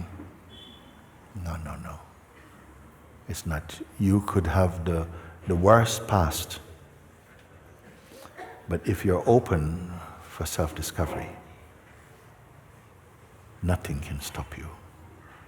Just you need someone who can point out, no, that's not true. Look and see. I do not close the door on anybody because I know you are the self. I don't believe you are the self. I know that is our ultimate reality. It's not in some divine vault somewhere. It's in the vault of your own heart. You have to wake up to it. And you're not alone as a person, actually. The mind makes you isolate. Oh, I don't know if I can do. No. We don't have to worry about all of that. When the time comes, all these things, you'll drop them. They create hindrances and obstacles where none exist, except in the mind. There is one earth, but there are billions of worlds, all existing in you. Your belief, identity, inclinations shape the world you think you see. Your freedom is not there. Your freedom is free from that. And you can see when those who are awakening to the truth, they're just like you. When the Buddha woke up, when any of the great masters woke up, there was not any trumpets, not necessarily, maybe once or twice. We cannot say it is like this or like that. It may be just like this, just like that.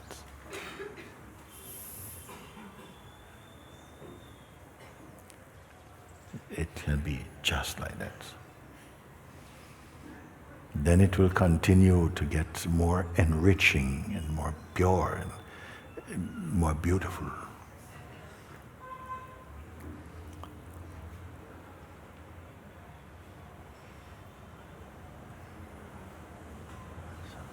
Sananam. Okay, you can.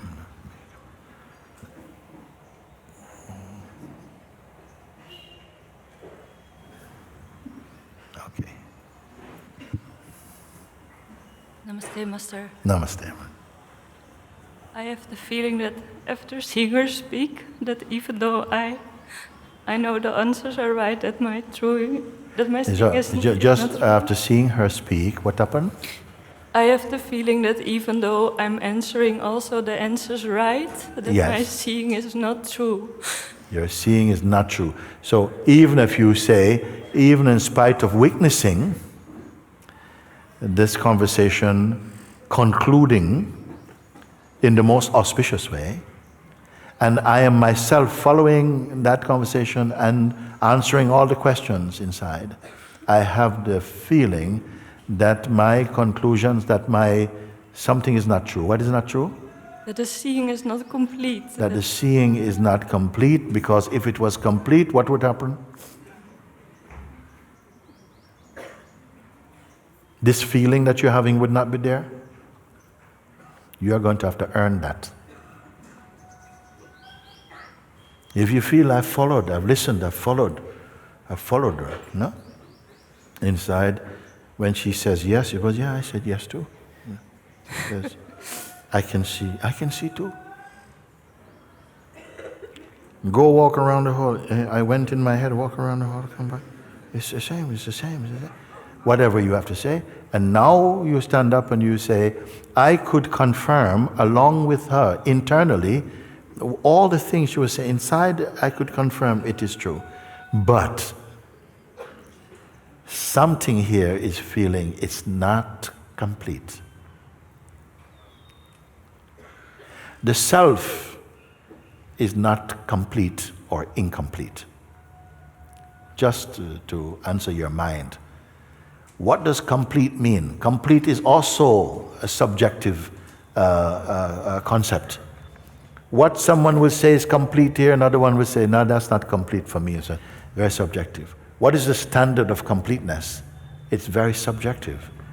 And that is also another ace up the sleeve of the mind, you see? It's not complete though. Yeah, it's not complete. You're behaving like the desktop of your mind. It's not complete. No, I'm sorry, not complete. What does complete or incomplete mean? Is it a feeling? Is it a feeling? You see? It's complete. It's complete. Is it that? No. So what is the evidence of completeness? What should have happened? Hooray! Eureka! What is completeness? Here in this mode, it is a thought believed in. It's incomplete. Everything was going good until you said it's incomplete. But you didn't feel my mind said it's incomplete. It just arose and it's not complete. On what did you assess incompleteness? Can the self be judged? Someone goes, the self is there, it's like 85%. Now it's dropped down to 82. Can the self be assessed? Can it be seen? How will we verify? Did it come? We are looking with the wrong instrument.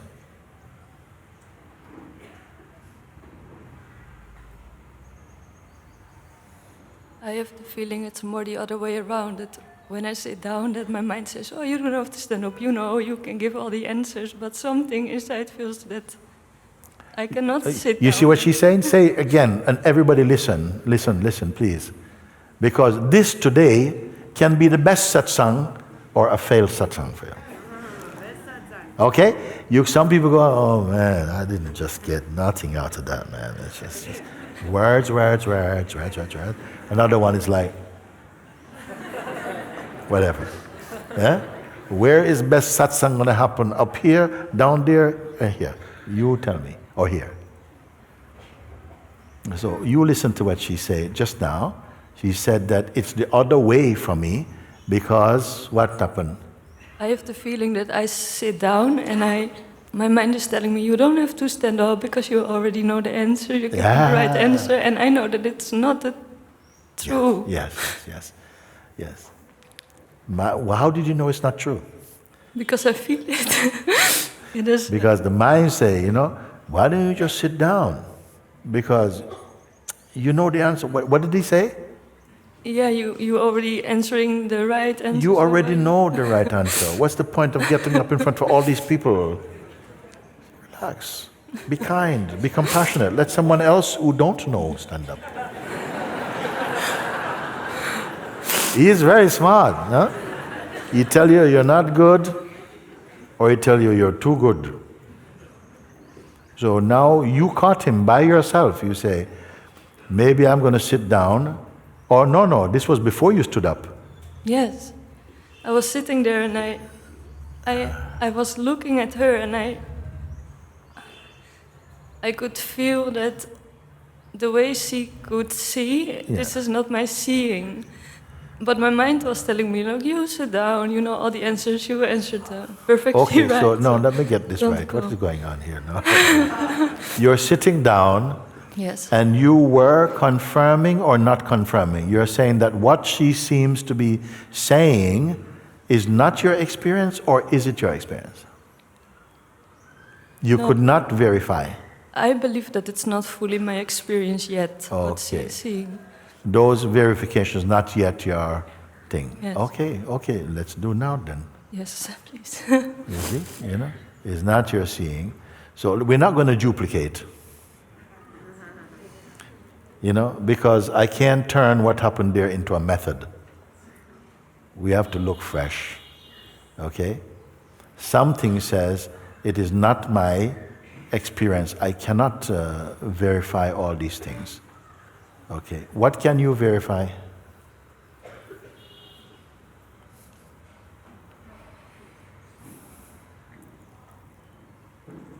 I can, during the day, see very clear when thoughts come and the I that is identifying with it. And then when I try to look for this I know that I look from this point so that I cannot really see the one who is, so the mind slips behind. What is your present state right now of looking? Something stable or unstable? Stable, Something is stable here now. yes. And if it becomes unstable, there is the capacity to witness now something is unstable. Yes. Yes.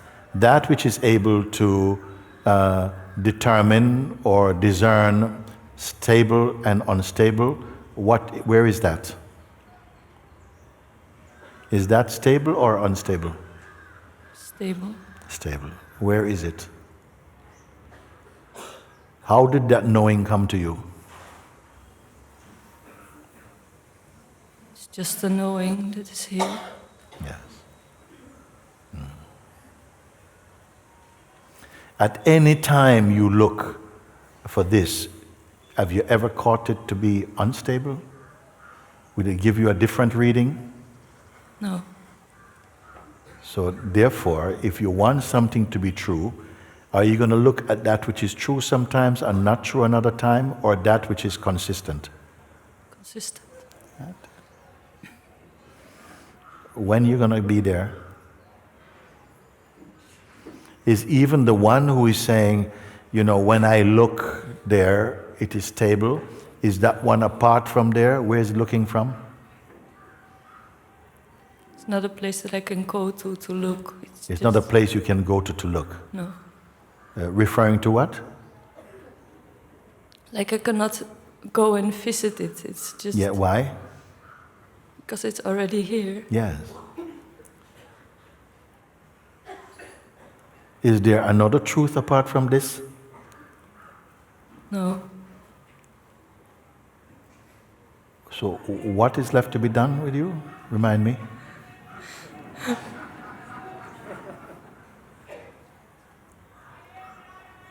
No, nothing. It's just the idea.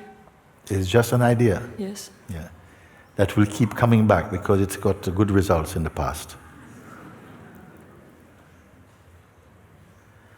It will come and say, you almost got it.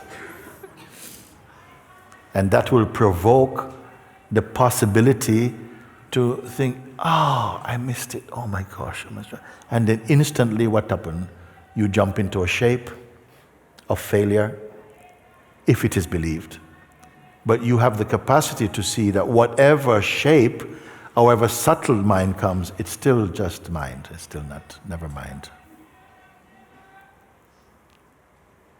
Why are you looking like this? I don't know. No, the thought, I don't know if it's a thought of that it's true, but now, again, what I had on the chair, like, you see, you don't have to stand up, you already know, but is it... You who know? You who know. It's just a knowing. Just Yes, yes. But would the mind come and say to space, hey space, you need to be more spacious? You're not spacious enough? No. Does space have a doubt about itself? No. So who can it be speaking to, you see? The potential to believe. The potential to believe. Is this working for you or not? Yes. Up to how far up the room from me? Very good.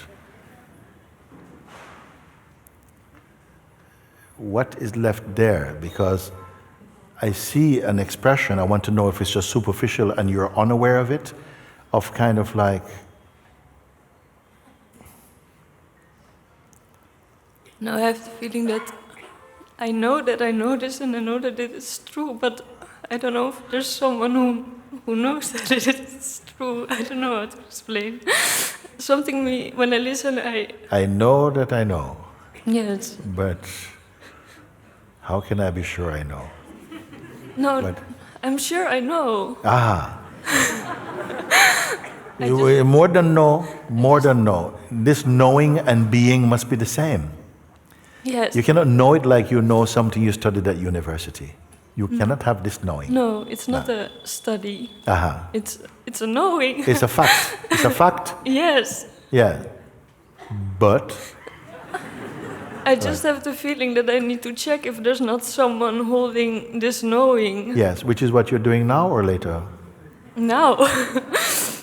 And you're finding what? That I just know that this is true. It's just a knowing. Is there some separation between the knower and the knowing? No. Oh. Why are you crying then? I don't know. That's okay. That's okay. That's okay. That's okay. Yeah. Sometimes I just want to check if the crying was an expression coming out of doubt. No. I don't even realize that it's happening.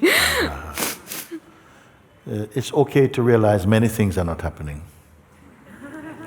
It's okay. It's okay. We don't have to know everything that's happening like that. In fact, many things that were apparent happenings are becoming no happening happenings. Meaning, they have no particular appeal to you at that level.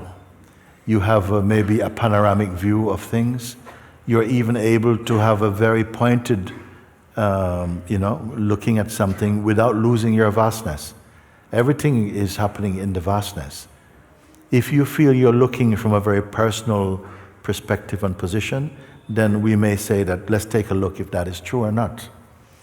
But once you have seen that the vastness is not vast all around you except where you are, and you are something in the vastness, occupying a little bit of somethingness in the vastness. No. The body is there, the body has nothing to do with limiting the vastness. All the bodies are also in this vastness. Yes. And the vastness is also in everybody. Yes. Is it limited in the other bodies? No, it's the same. Yes. Only when it goes to mind and person, it takes on the sense of limitation. Cannot be limited. Is that a question or a statement? A statement. Are we done? I think so. I don't know. Is that just your style of speaking, or? I want to know. I'm just checking. There's some people very modest. They know something, and you say, "So you know that?" And it says, "Yeah, I can say." Yeah, it's okay if it's your style of expression. It's okay, but if it is a kind of like, I don't know. This is just look. You have enough in you to continue sweeping as you go, if necessary. Meaning, if something comes and it's playing, why should it play? In the immensity and the authority of your seeing and the proof of your seeing, What can destabilize you? And you being what? An object in yourself?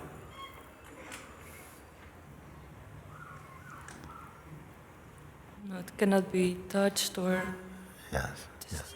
So I would say marinate in that seeing, which means spend time sitting with that and just confirm nicely when mind brings something, just keep looking. Not a sweaty, no, just if you are empty, even seeing is without effort, just noticing. The self is dwelling in the self as the self, that's all you can say. And everything that plays, they find their right position in you. Don't have to go and place anything, you are already there to confirm. Let's not get too tight. I have to get tight a little bit to look and to see if, as the boat is coming into harbor, then the captain may put down his pipe a little bit and get steady and have to navigate a bit more carefully, that's all. Then you're home, it's fine. That kind of looking. But when the ship has reached harbor, we don't have to be reading charts and turning wheels and blowing things, you know? You understand what I mean by that? You continue, it will not do any harm sitting and just somehow looking again and just checking. All is fine. Later, there may come some storm in the dynamic realm. But it's fine. This is completely, however dynamic, however the greatest tsunami may happen in the dynamic, will that do anything to this? Not anymore. There were a lot of tsunamis before, and I really thought I became mad at some point. Yes, because you at that time were still holding on to a personal identity that could be damaged or something. Now that identity is seen that is also a construct, and you are able to see that, keep looking at that, and it will keep diffusing it and thinning it away until it doesn't anymore have any, you know. This is your sport. You can take time over that. That's okay.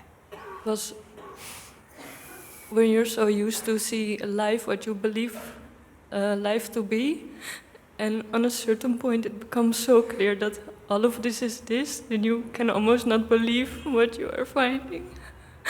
Yes. But it's got nothing to do with belief anymore. No, belief is a lot to do with also future speculations based upon misconception and, you may say, a lack of satisfaction with the sense of the present. And then you speculate, and then you have to believe that, you know, how things will be later or something. This you don't need. You don't need now. You're back to spontaneous existence more. What it means, it doesn't mean a pledge to be always spontaneous. It means that life is spontaneous anyway. The functioning of what to do doesn't really come up. When you're in front, then something spontaneous will know where to go, how to do. But to forecast ahead, we got to do this, and if this doesn't happen and so on, if it's coming out of fear and identity, it will not serve you. There's a time to plan ahead if it is appropriate thing. If you're buying a ticket to go to Turkey or someplace like this, and you're looking for the best flight and so on, you have to look and you have to plan a little bit. That's pragmatic use of the mind. That's not going to create any trouble. But when mind is being used for personal identity, and so this is a mess. It's been a mess for a long time.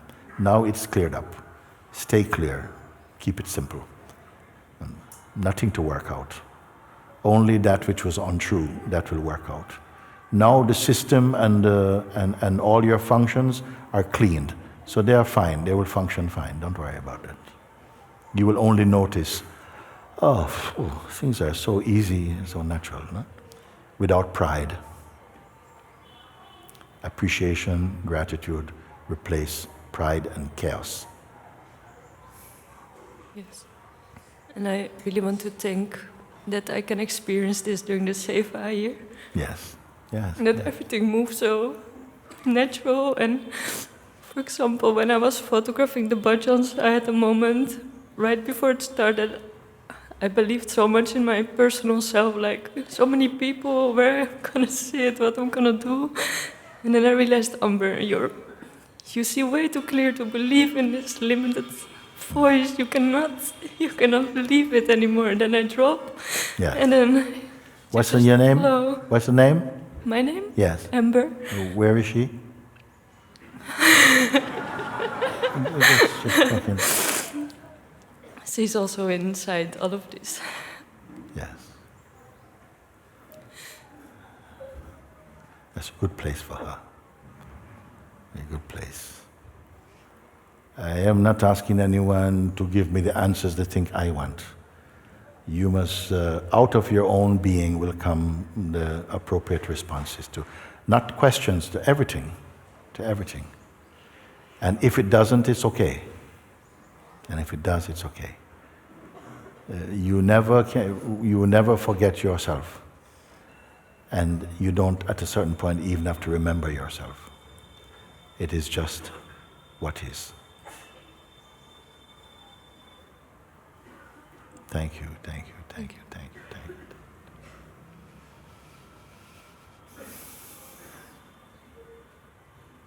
I don't know what to do about this because we have letters coming in from many participants, and the satsangs have been so gripping somehow inside the room. I'm wondering if I must set a time that I could look through the letters in maybe a day or an afternoon and look through them, because they are also very potent. And if I set aside an hour to do that one time, you would like to be there? Yes. Good, good. Thank you. We reassure the online participant. I have you can, yeah? We can have one more, this one. Yeah. She's not sure, then he will go then.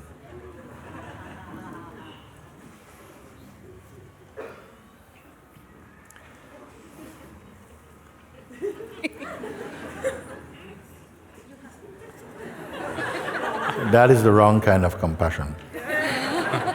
But anyway, as it plays. Okay, somebody, whoever wants to go to the mic, speak. Yeah.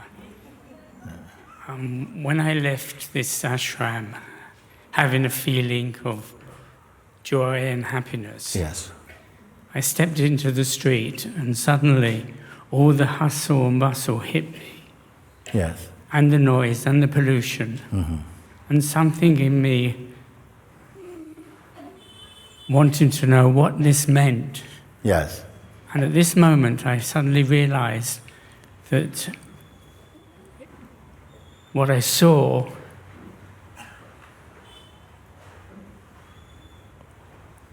was all this was there for my freedom. Yes. Carry on. And the rickshaw was dynamic life, prepared by consciousness.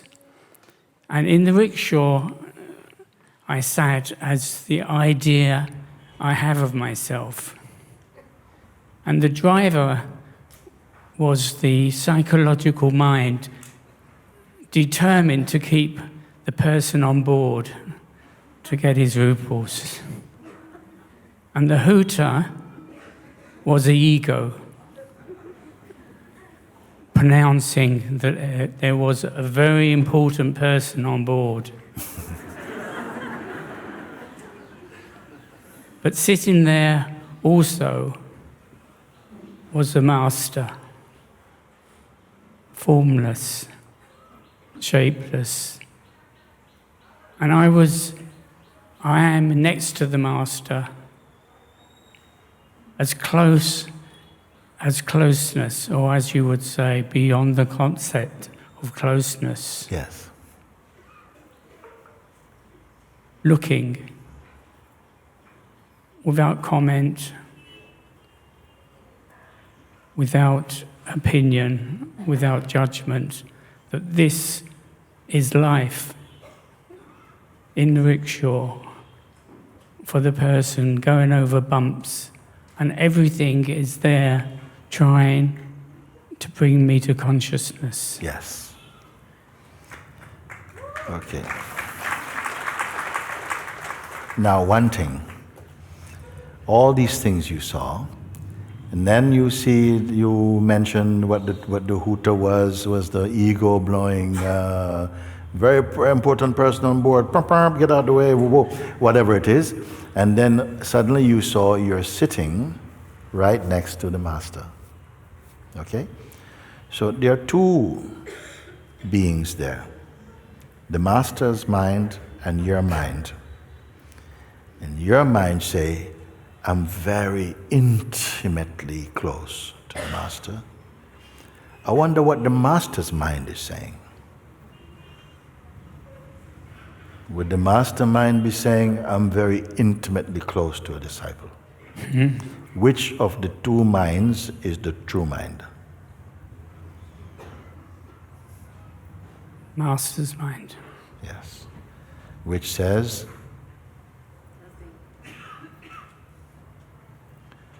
ye seeing too? Because the mind say, the psychological mind say, intimate. That's pretty good. That means close, but not one. The person's mind say, or the devotee mind say, I'm very close. I've never been so close. I'm actually this is really good. Intimately close. Intimate means close. What's happening in master's mind then? What would master mind say? He does not see close. Actually, in your example, there was no physical master. The master is in your heart. These seemingly two are actually one. There's the ego mind saying, we are very close, man. Oh, very close. I'm taking darshan from master now. Huh? But it's still, however nice, however auspicious, it's still a separation. Master's mind and master's heart, same thing. Is your heart and your mind. No? Master's heart and master mind is no different. Only when we have the sense of a person, there'll be personal mind and higher mind. But in the realization of the self, there's no heart and mind different category. Heart, you can say heart, mind, but mind and heart are one then in that thing. So in that rickshaw, there is only one. In Bhagavad Gita, Lord Krishna is seen being the charioteer riding Arjuna next to him. Okay? Arjuna is ego. Krishna is Lord. In actual fact, there's really only one. Krishna knows it, but Arjuna sees two. It's the same thing. When you went out, you're in satsang, you went out, you're still in satsang. Where does satsang end? So you go out and the rush of the traffic and the noise, wow, big blast. But something came, you went in the rickshaw, and in the rickshaw, the initial dropped away as a deep understanding was informing inside. Actually, only the master is here. And it is sitting inside his own body. But there is still some fragmented idea of a self that's sitting next to the master. So it can go both ways. It can go one way, yes, I had this darshan of really having this wonderful experience, that I got close to the master, and so the I survived, because the master we cannot see. Or in that bit, the I that was sitting close to the Master was swallowed up and merged in Master. But he will not say, only the Master is here. He's quiet. He is like the second bird who doesn't speak, but he's more than second bird. That is my take on it. All of that took place inside your being. All of that took place inside you. But the mind was still writing the story of it. And he will write a version and not the truth. He will write a version that is agreeable and auspicious to the seeker. But the Master will not read that book. The Master is in you. It is your own self. But the not self, the ego self, is still sitting in the Master's chair. And at the moment, it's the ego voice, which is a ghost voice, that is speaking.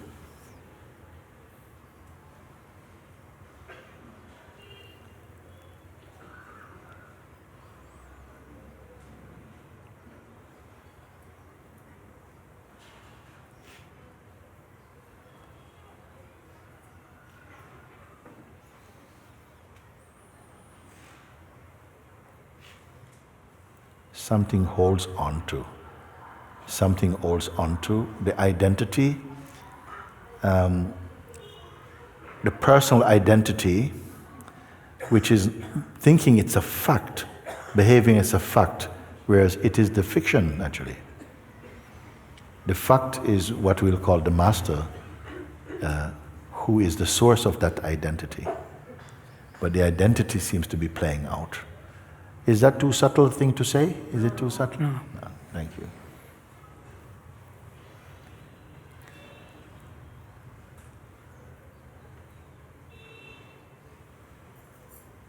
You understand?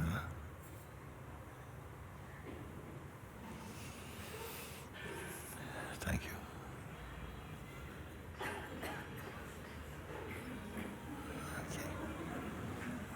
Jai Shri Krishna.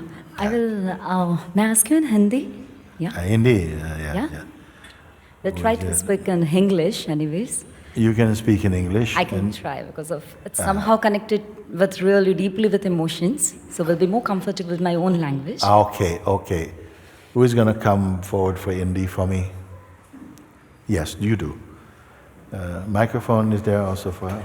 Mm-hmm. Yes. Okay. Rishikesh coming first time, but एक सोच के साथ आना हुआ because of just before 20 days. Okay. This is Ramdas. Yeah. Okay. I lost my father. Yeah. So actually, parents हमेशा से एकदम God की जैसे रहे हैं, and there's like heartbeat. Okay. He has always been like a God to me. Yeah. Yes. So एक ऋषिकेश आने का थॉट ये था कि एक नई जर्नी शुरू करनी है because of उनके बिना I can't imagine life, you know, how we close were. So that it can be a new journey in Rishikesh. It can be a new journey. New journey being in Rishikesh. Being in Rishikesh. Yeah. And as if जिस तरह से born and brought up रहा with like Shastras and Bhagavad Gita.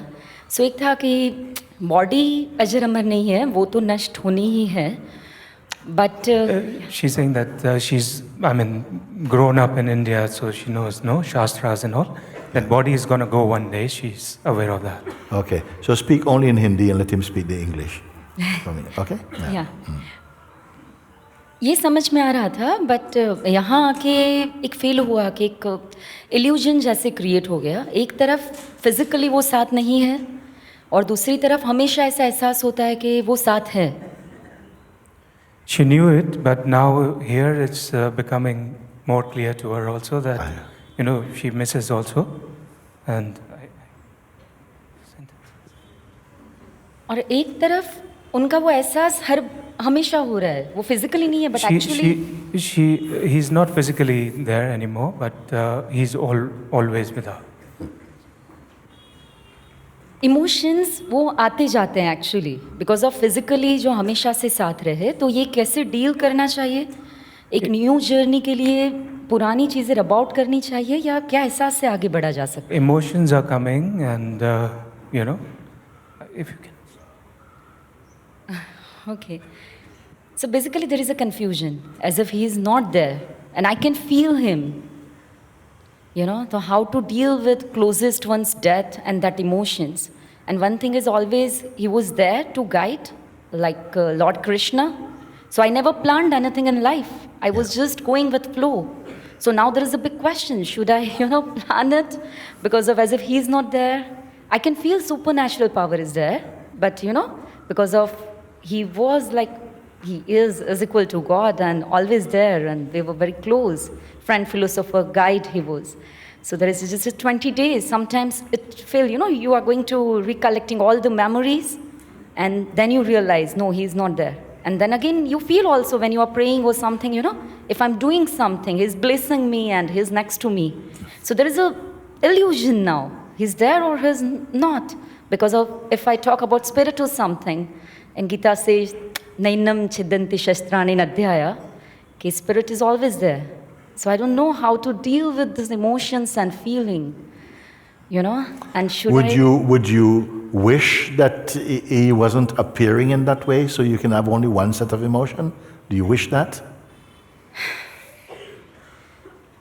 It's partially true. When, few memories, you get upset. But obvious, you don't like that. And few, it's really pleasant memories, sweet memories. Yes, so my question is, and it's quite a broad one, Father has physically left, he's dropped his body. But because of the love and the connection you had with him also, he is still very present. And he's not just speaking from the past only, sometimes even can speak in the present moment also. That's how much you have imbibed him and embraced him in your being. So, but you're saying, but I don't know what to do because I'm having this mixed emotion. I'm in normal daily time, and then sometimes my emotions come because to do with my father is mixed with a sorrow that he's not here anymore, but at the same time, so I'm asking you, would you prefer just to be in one zone, meaning that you're only in daily life like this, and that is like a memory, and you have time to go and like this, or him coming in spontaneously is destabilizing your flow? Would you want to be not that he comes anymore like that? Or you can enjoy both. Why not enjoy both? Is there? What do you want? When I came here, I thought to start new journey, as if how we was involved in routine life. When I came here, I gone through different experiences. Then question came in my mind, should I plan anything for future? Or as if I was there as a free bird because of father when was you there. planned things in the past about the future, did they work out? I never planned actually before. So now, then you don't need to plan now. and when few memories comes, but obvious, as if he's not physically there. So I just wonder how to deal with that. So you get upset, but obvious. Do they make you unhappy? The memories? You see, you mentioned something else, which I like to remind you. You said your father was like a guru for you. Yes. So not just father, but like a guru, meaning that he has a spiritual presence. He would guide you for higher things. Yes. In a higher way. So his presence, or the memory of his presence, has a very positive inclusion in your life. Yep. So you say, how to deal with it? What do you mean? Is it when your father, the memory of him, or the sense of presence of him comes to you, does it upset you, or do you feel, oh Father, thank you for being here for me? Or what is your feeling, or is it just mixed? Mixed. Yeah. Both. Yes. But everybody in the world is living with mixed feelings anyway. It's just a question of, you're happy about it? In what way do you feel that it may intrude upon the life flowing on from here? Would it be an asset, or would it be sort of like a burden? Assets and that. Huh? Assets. What? Yeah. Sorry. Asset. Asset. An asset, yeah, it's good. It's good. If the memory of Father and the presence of Father is supporting a higher level of consciousness in you, be very grateful for that. It creates, but thing is, when think of to start, it's just a 20 days, you know. We were always together in my professional world and overall life, Yes. because of I'm in such profession also.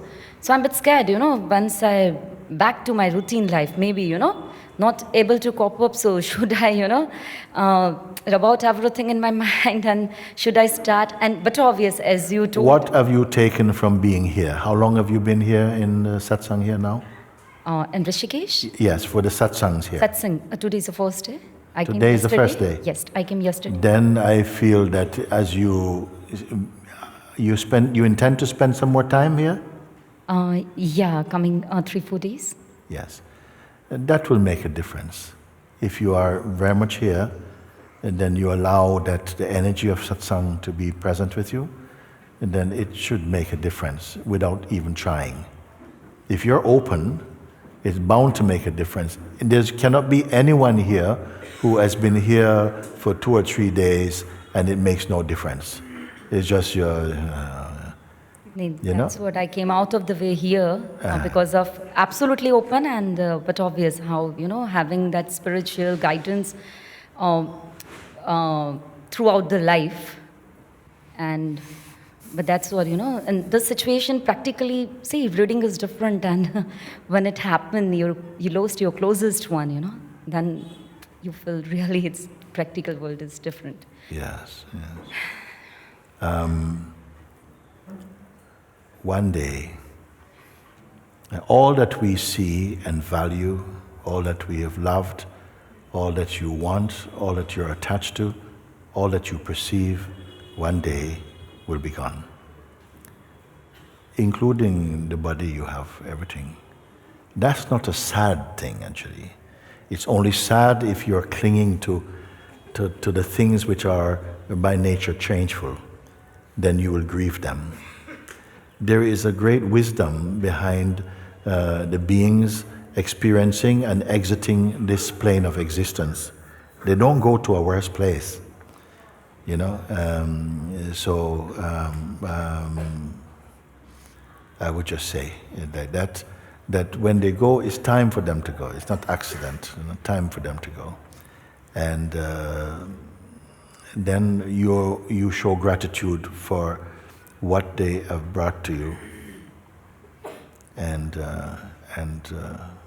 bless their departure and their journey, if there was such a thing like that. And nothing belonged to you, not even you belong to you. Everything is gone. Was upset before, I never, you know, hear his voice like you. But when I came here, I somehow, you know, got one reply from him. Behalf of him, maybe, you know, like you, people come across in future life and will get reply. Like Father, always, you know, there to guide me. So upset was because of that also, because of now he's no more. I can't hear you like you, right? I can hug him. But that's okay. Then that passing is saying to you, now you can go by yourself, and I will do everything in my power to bring you someone to guide you if you need. But trust that, and it's fine.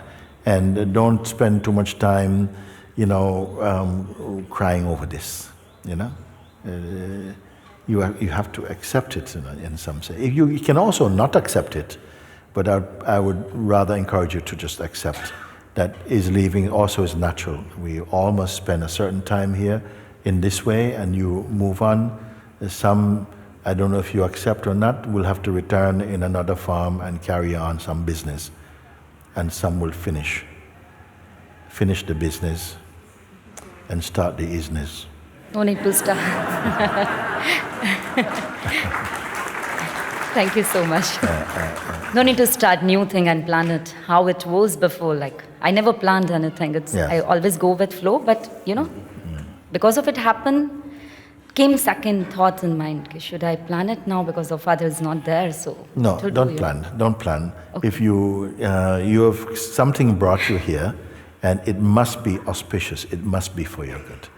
And just say thank you for this. Whatever I don't fully grasp as yet. I have not taken in as much, or maybe like this, but I'm very open to this. And please enlighten my mind with real understanding and so on. Make the way, prepare the house. Yeah. Thank you so much for guidance. That's good. Thank you. Thank you.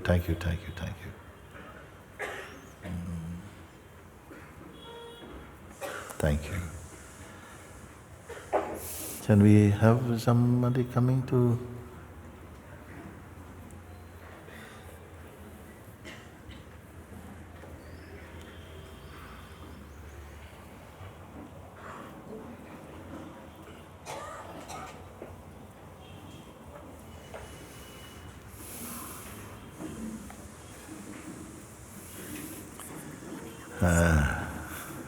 Okay.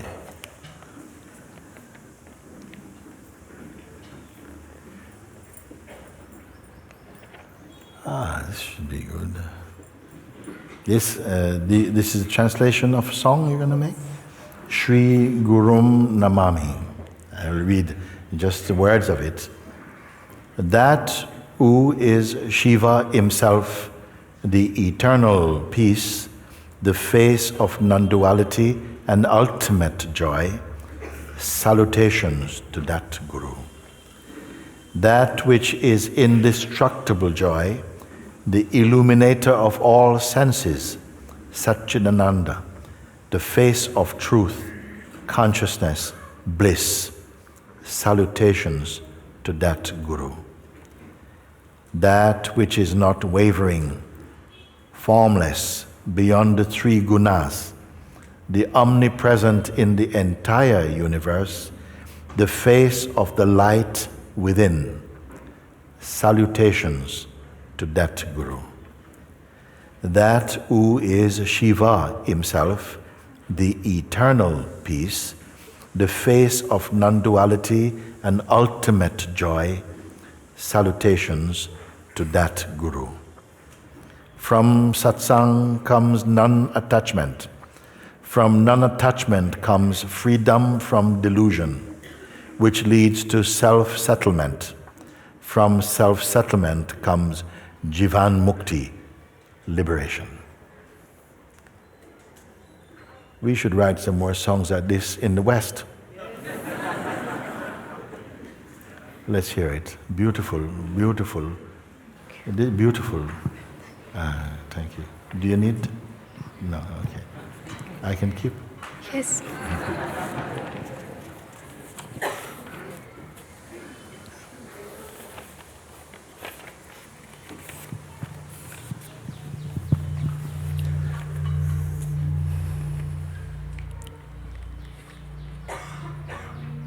Shivam Shantam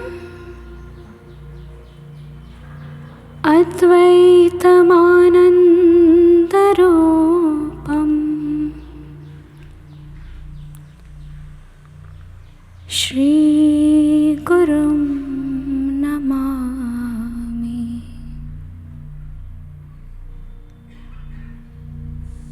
Shivam Shantam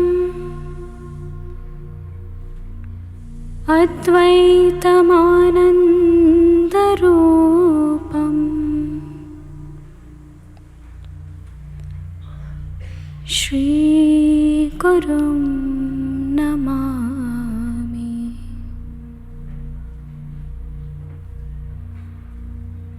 Achyutananda Govindam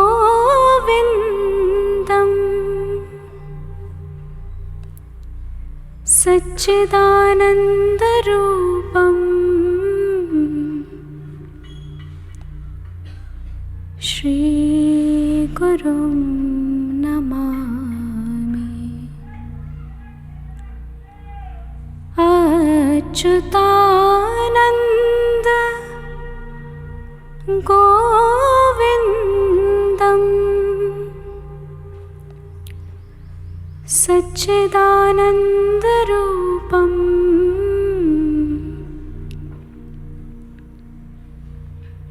Shree Gurum Namami Nirvikalpam Nirakaram Nirgunam Sakala Brahmanda Vyaptam Nirvikalpam Nirakaram Nirgunam Sakala Brahmanda Vyaptam Antajyoti Swarupam Antajyoti Swarupam Shree Gurum Namami Shivam Shantam Advaitamanandarupam Shree Gurum Namami Shivam Shantam Advaitamanandarupam Shree Gurum Namami Shree Gurum Namami Shree Gurum Namami Satsangatve Nisangatvam Nisangatve Nirmohatvam Nirmohatve Nishchalatvam Nishchalatve Jivan Mukti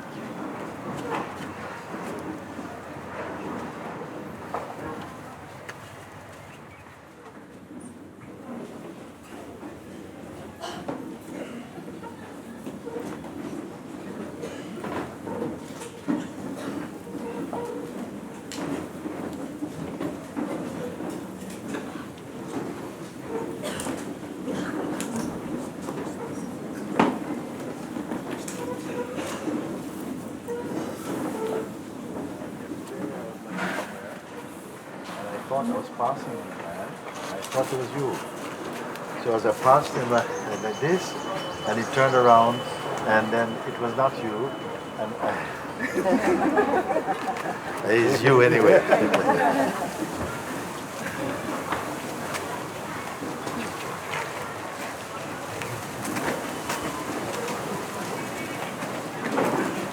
You got it?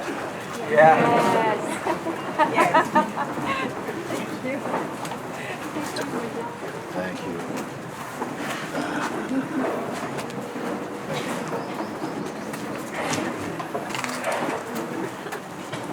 You got it? Yeah, I got it. Thank you, Mooji. Thank you. Thank you.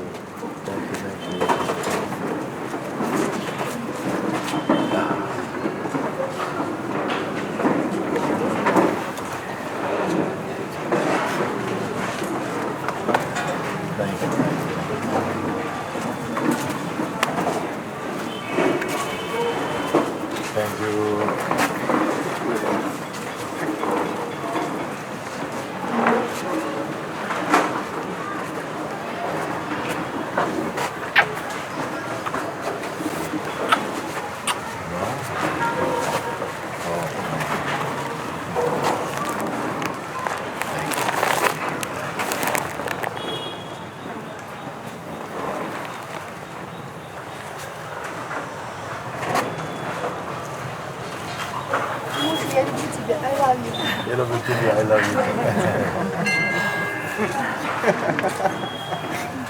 you.